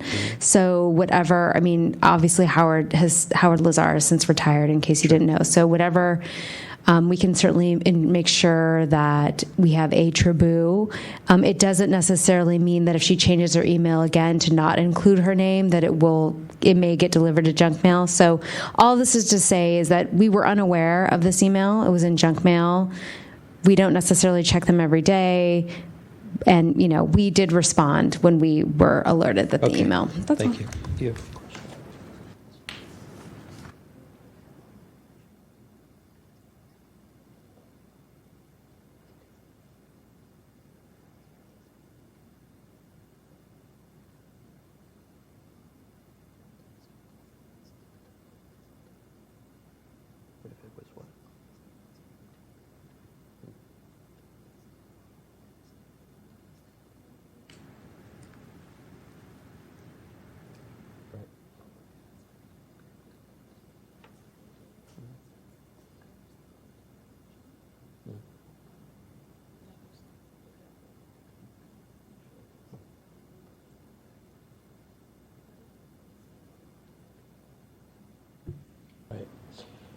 Okay, just to paraphrase what Member Tesfaye was stating, she was saying that if these were all different people, then how would this situation be laid out? If there were 12 A. Tribous, 1 through 12 at AOL.com, you'd still have to check for each one, and so the responsibility to check for applicable business emails that might get trapped in junk mail is incumbent upon the person that is receiving them. So it's not necessarily defensible. I think that's what the technology is. There has to be some protocols with regards to that. The other question I have: when did Mr. Lazar officially retire? Oh, it was June. June 30th. June yeah. 30th. Okay. All right. Great. And so this case, Victor, this case goes back to March. When was this? I don't have the date before me, but by the low file number, it is relatively early in the year. Right. Okay. Very good. All right. Can I say two things? Yes. Go ahead. Firstly, the reason why I change email accounts is my accounts are full to capacity with these emails that I get from Kay Patterson. At times I was getting 20 to 40 a day. I don't know why. One simple document request could drag on for 3 or 4 days, and there could be up to 50 emails. So each time I changed it, I would notify them, firstly. Secondly, she's made up an entire scenario now. The member she's referencing but can't recall the name is Lou Fisher. Lou Fisher did not say anything like that at any Sunshine meeting. That's in a completely invented scenario. And if you look at the response of the Arts Commission, the tone of it, the thing is that I'm doing this deceptively in order to elude and deceive and create confusion, and that's their whole MO. That's not what's gone on here. Thank you. Okay. Thank you.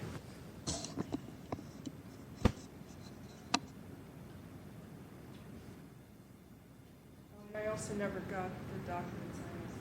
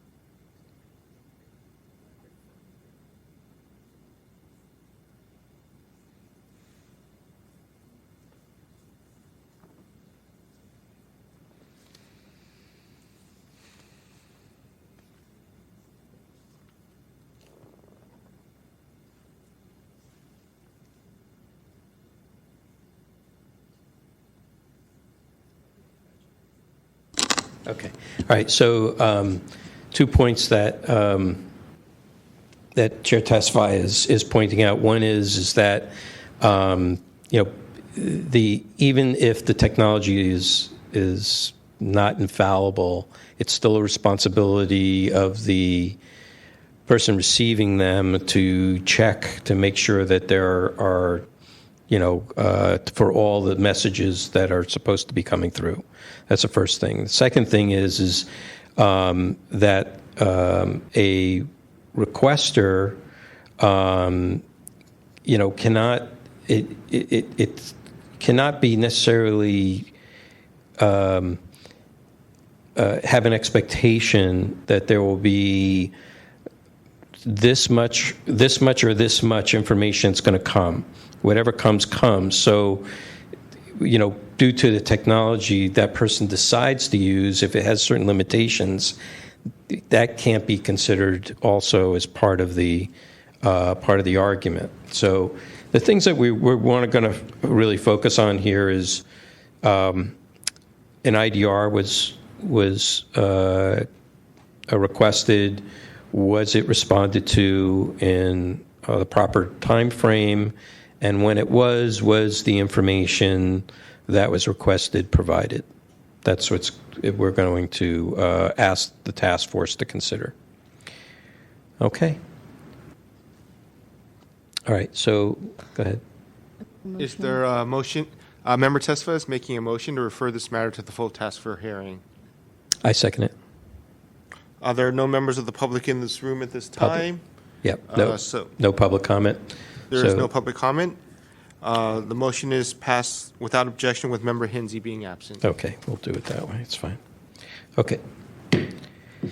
Okay, call the next item. Next on the agenda, item number 7, file number 17045, complaint filed by Antrebo against the Arts Commission for allegedly violating Administrative Code Section 67.25 by failing to respond to a media disclosure request in a timely and/or complete manner. Okay, let's jurisdiction first. Mr. Boo. Firstly, I would like this to read against Kate Patterson of the San Francisco Arts Commission because the two faxes were sent to the custodian of record. That would be Patterson. So I would like the heading to read that. The documents requested were public records. Right. Okay. So looking at the original complaint form on page 234. Yeah. It states, please identify the city official or officials and or employee or employees against whom the complaint is being made. It is notated specifically Kate Patterson Murphy of the Arts Commission. I will make that adjustment. Thank you. Thank you. Ms. Patterson, jurisdiction? No. Okay. Any public comment? Seeing no public comment is closed. Anything else? Nope. Okay. So the motion to find that the task force has jurisdiction and that the requested records are public documents. There's no member of the public in the room at this time. The motion was made by Member Tusfa, seconded by... Take that by acclamation. The motion is passed without objection, with Member Hinsey being absent. Great.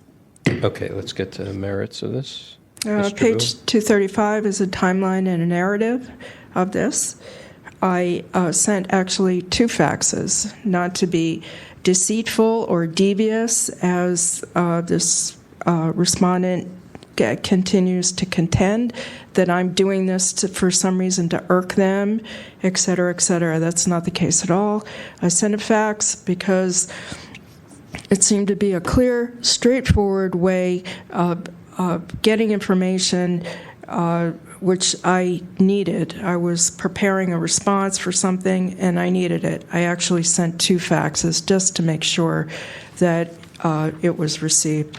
The first one was on May 1st, and the second one was on May 3rd.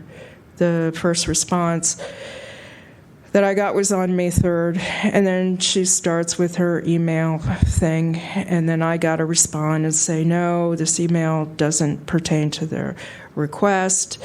And then this is a long string of back and forth of me saying, well, you know, I wasn't copied on this. Can you resend it? Which is why my email is jammed to capacity. If there had been one email which responded to the complaint, maybe invoked an extension, the way we talked about at a special meeting, you know, it wouldn't be a mishmash of, to me, nonsense.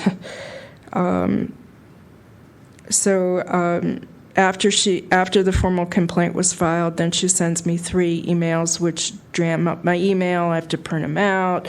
I have to track them. And then on her May 5th response, she claims she already answered this request and refers to a previous request, but I don't know what previous request it is because there's no number, there's no date, there's nothing. And basically, she quotes the California Evidence Code and claims, I don't have to supply you with the records that we feel jeopardize the safety of our staff and our commissioners. That's not what the Evidence Code pertains to. And since she hasn't bothered to identify what documents she has, which ones are redacted, which ones maybe she can release, she hasn't met the standard of the Sunshine Ordinance. She's just said, we're not going to send you anything because we're relying on this evidence code. And of course, she hasn't consulted with anyone in the city attorney's office because the response time is too short. And once again, the evidence code pertains to active police investigations. This is not a police investigation matter. It's not even the Arts Commission is not even a legal body. So she made some subjective decision on her own. It's the violation of 6725, and I didn't get the documents I asked for. I didn't even get a list of what documents they have. Thank you. Ms. Patterson.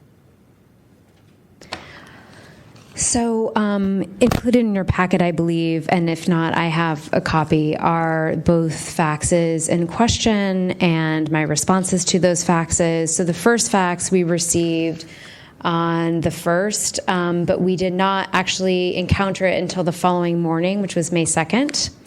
And then I responded within the 24-hour period, letting her know that when we received it, and that basically, let me find that email.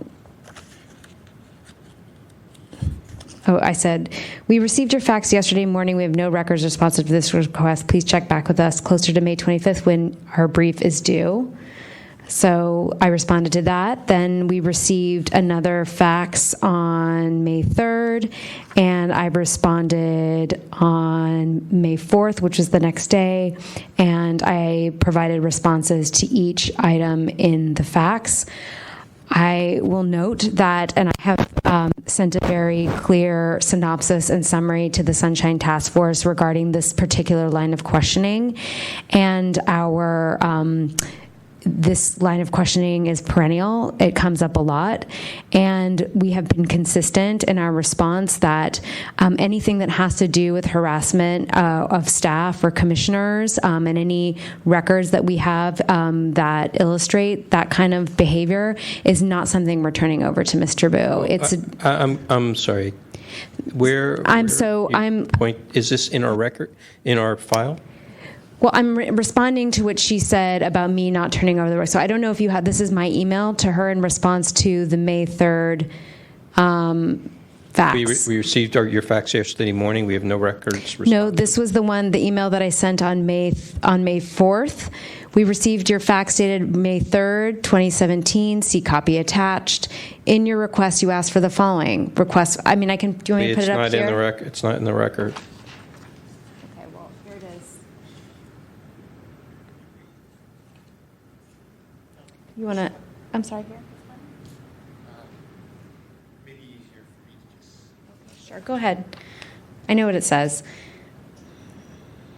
Let's make sure we get this in the record. You can keep that.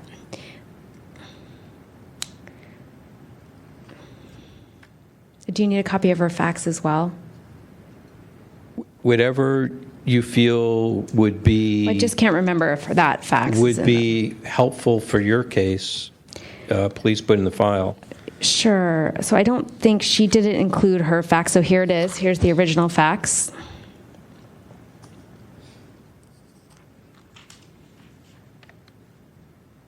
I'm a little confused because the original IDR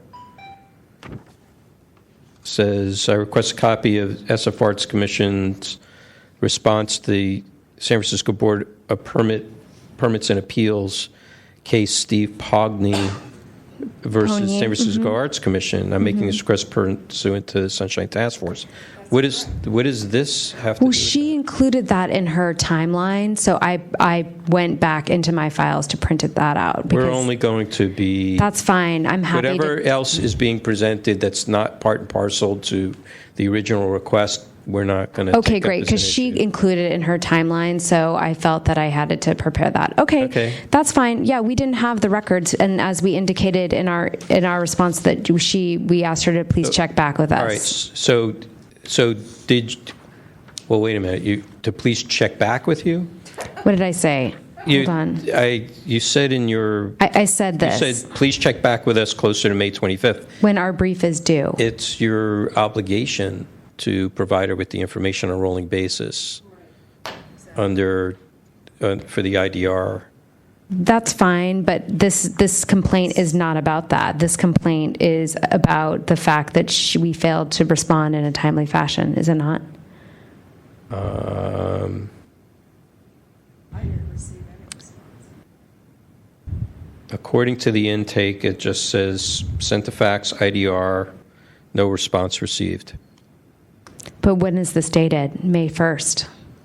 This is dated May 1st. It was received by our office May 3rd.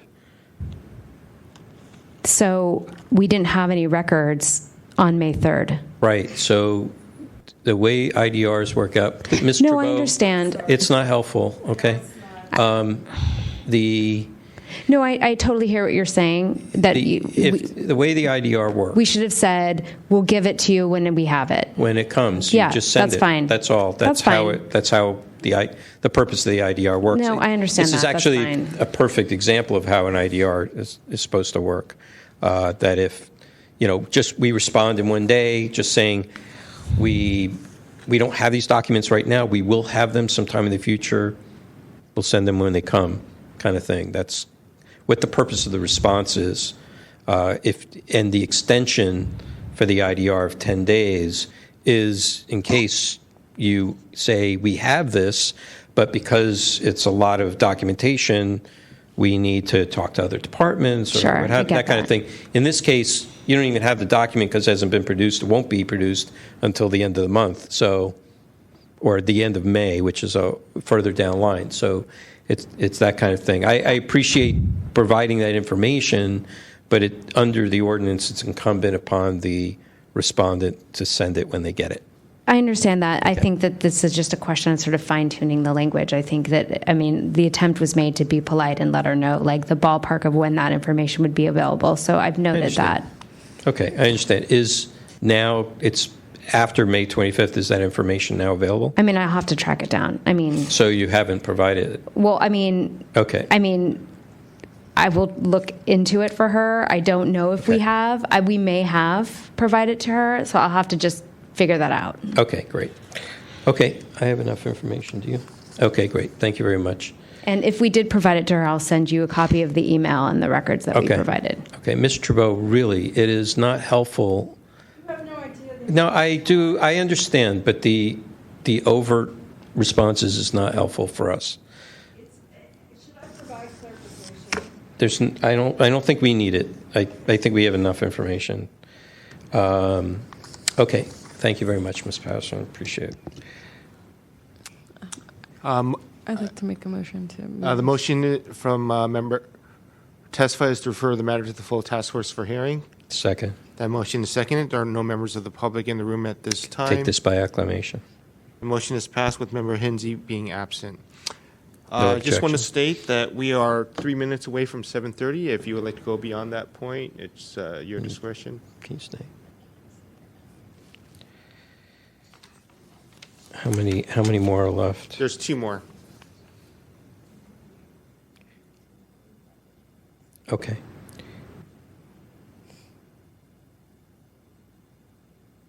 Okay, let's do that. Okay.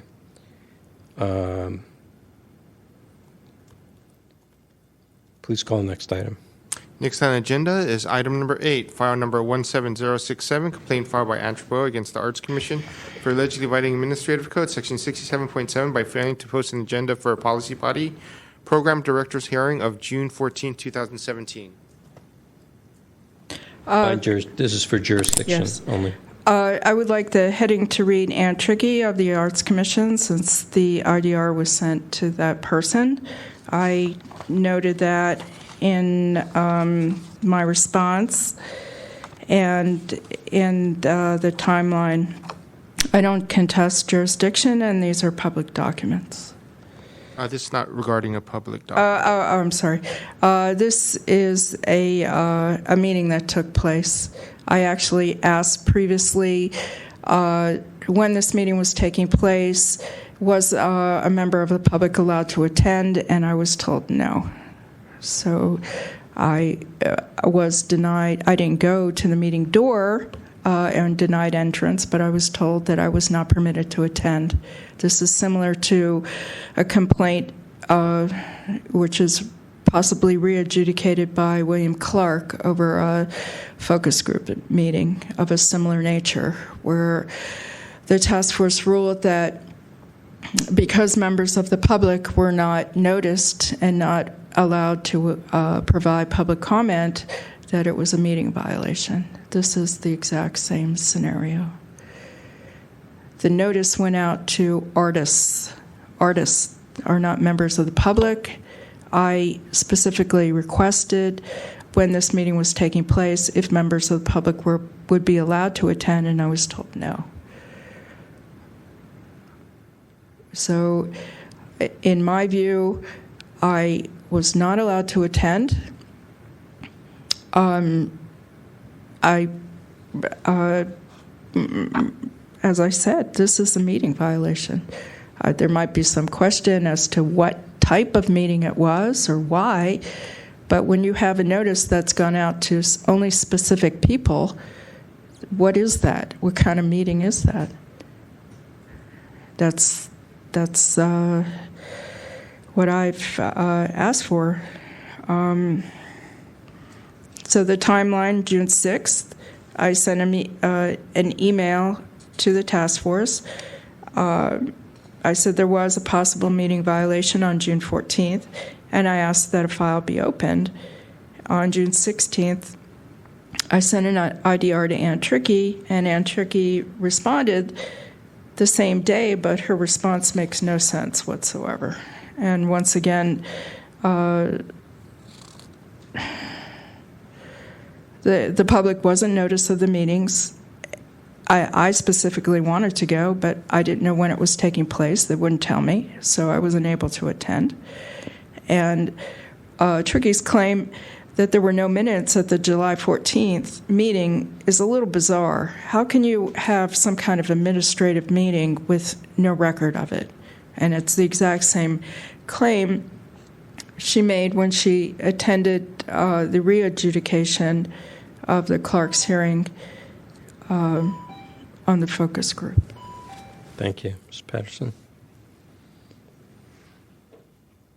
So this is a meeting that it was conducted by the program director. It is intended to resolve an issue that occurred between two members of the Street Artist Program, and it's a standard procedure. There is a single staff person. In this case, it's the director of the Street Artist Program who chairs the meeting. There are no commissioners. And the members of the Street Artist Program are notified because of its potential, because of the outcome's potential impact on members of the program, and in some cases, when there is an issue between two street artists, that is the subject of the hearing, and so people affected are invited to provide testimony, so to speak. And so, but it doesn't occur in City Hall. There are no commissioners. It's a single staff person. As a courtesy, members of the Street Artist Program are notified. There are very clear instructions about, what constitutes a violation. But this is just part of the management of the program. This is part of this procedure. I don't see any evidence of us not giving information to Ms. Trabue and telling her she couldn't come. So if that is the case, I'd love to see that. But because it seems to me that when there were questions about this meeting, we did respond with all the information that was shared with other members of the Street Artist Program. It should be noted that Ms. Trabue is not currently a member of the Street Artist Program, so she would not necessarily be included in any outreach about this particular meeting. But I don't see us, nor do I see evidence of us denying her attendance. So I can't speak to that because I haven't seen the evidence. But essentially, this is not a policy body, nor is it a passive meeting body. It's conducted by a staff person.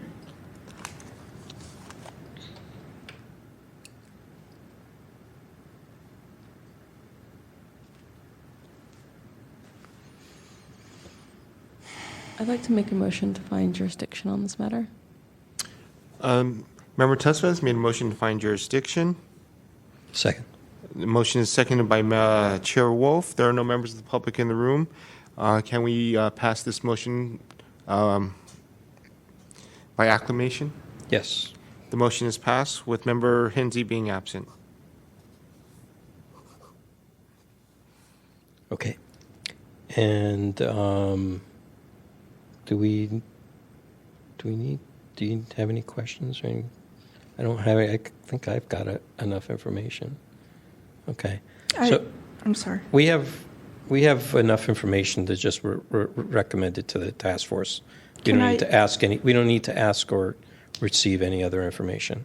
There are two things that have been. But we don't need it. We want to send it to the task force, and then you can bring up those issues at the task force. Because we feel we have enough information to be able, for the task force to be able to make a decision on this. Okay.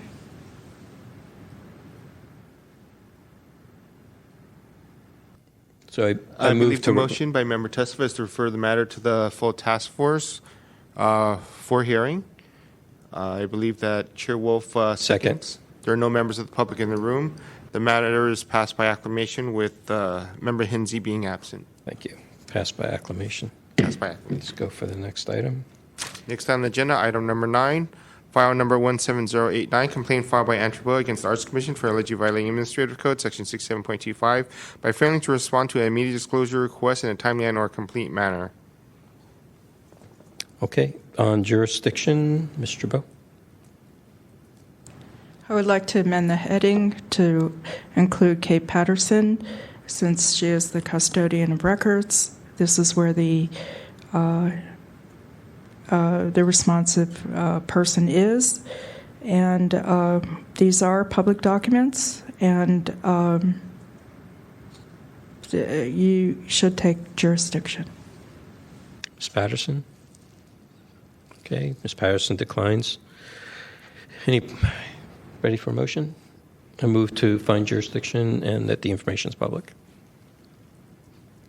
Second by member testify. No members of the public, no public comment. We'll take this by acclamation. Any objection? Seeing no objection, the item is passed by acclamation. Okay. Mr. Boat. Page 281 is the original IDR sent August 1st. It's very clear. All interdepartmental emails concerning a statement made by Ann Trickey. The Arts Commission is investigating your application. I wanted to know what is under investigation, the content, the investigative notes, and I gave a date. Once again, the request wasn't satisfied. It was just simply a response on the same day that we've already explained to you in a previous email that this investigation is ongoing, and at this time we have no records. Well, she didn't even address the IDR. Who is the investigator? What is this investigation about? Previous to filing this IDR, a friend called to ask these same questions, and she was told, we don't have to answer you. I went there twice. The second time I taped the conversation, there wasn't much of a conversation with Ann Trickey. She was very snotty and rude and didn't want to respond at all, which is why I filed this IDR. So if there is an investigation and it's ongoing, these records should be supplied on a rolling basis. And I've sent email lectures to Kay Patterson explaining to her what is rolling basis. It escapes me how she can, because you explain it to her, now suddenly she's realizing that, it's incredible to me. What is this investigation about? How long will it last? Who's in charge of it? What are the notes? Simple things that anybody might ask. And on page 283, I asked to open a file and schedule a hearing because I didn't get any information. And it would seem, I would guess, that this investigation is over an address on a permit application. Well, how can that be ongoing? But I don't know what the investigation is about. 285 is a timeline and a narrative. And in my view, I didn't get any documents. None were identified. She didn't even reiterate the IDR. And Trickey didn't make any attempt at all to respond to the IDR. So it was more of a narrative that we've already responded to you, and you came in the office, and you asked, and you sent some emails. That's not responding to a document request. So this wasn't satisfied. There was no attempt to even try. Thank you. Ms. Patterson?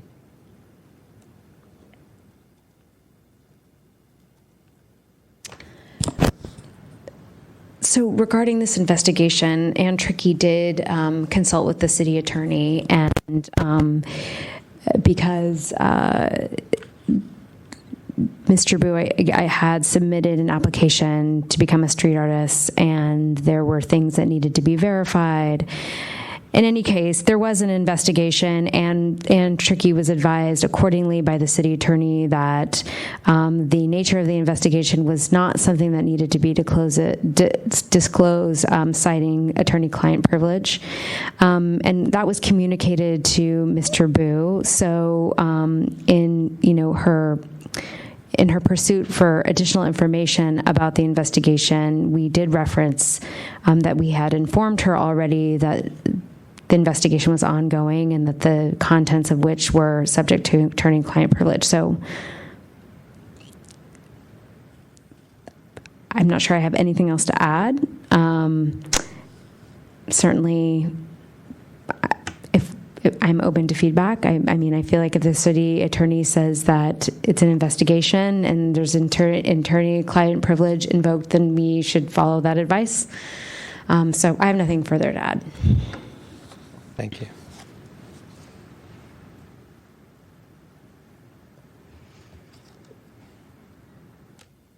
Okay. Anything?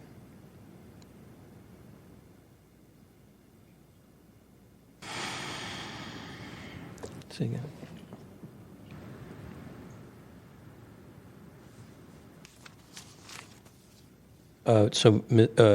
Member Tesfaye asks if we have enough information to recommend it to a full task force. Okay. My thought is, Mr. Bowe, if I ask for information, okay. I'll ask for it. Okay. Mr. Bowe, let me just ask quickly, do you have any documentation or memo from City Attorney's Office stating this was client-attorney privilege, client-attorney privilege, and that the investigation need not be disclosed? Absolutely not. No, In fact, Mr. Bowe, I'm asking. on page 284, Kate Patterson's response of August 4th. Mr. Bowe. Nowhere in her response does she Mr. cite Bowe, attorney-client Mr. Bowe, privilege. I'm not Nowhere. asking you. I'm asking Ms. Patterson. No. She's the respond. I'm asking Ms. Patterson, can you please step aside? Sure. Thank you. Ms. Patterson. I'm sorry, I was confused. So you stated Yes, that. I think it was on, I think the 26th. I did see, hold on one moment.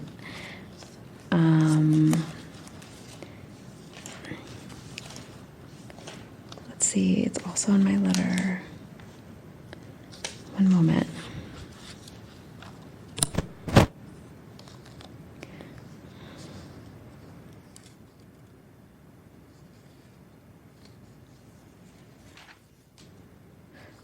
July 26th, I believe I included. Hold on.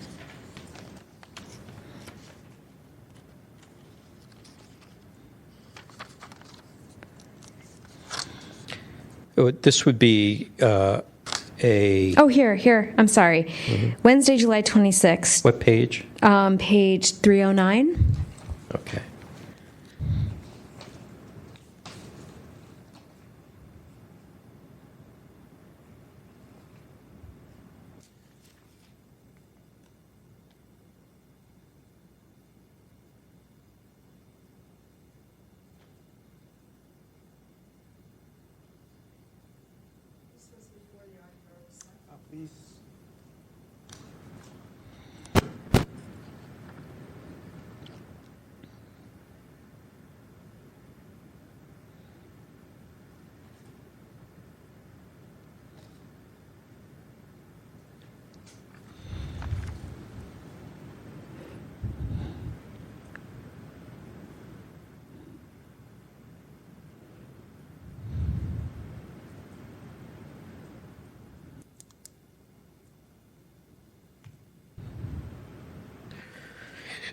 Okay.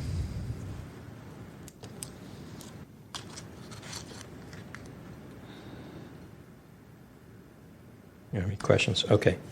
So is that your document, the document that you're stating that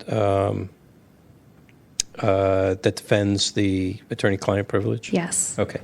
Thank you. I think we have enough information to send up. We're not adjudicating this, so we just want to make sure we have the information so that task force can adjudicate it. So I really don't want to get into too deep into the details. Understood, but this IDR was sent August 1st. I understand. And plus, she doesn't even know what she sent me. That's Okay. clear on the record. Thank Yeah, you. that's fine. We got that. You can understand the confusion. We got that. Okay, I move to recommend this to the task force. The motion is made by Chair Wolf, Seconded by Member Tesfaye. Member Tesfaye. And there's no public, so no public comment. We take this by acclamation. Seeing no objection, the item is approved by acclamation. Next on the agenda, item 10, announcements, comments, questions, and future agenda items, and You- pending calendar by members of the committee. Nope, none of us have anything. Next item. Item number 11, adjournment. Moved by a member testified to adjourn. I'll second that. When do you expect these will come up? That's it. Thank you. Sorry? Task force.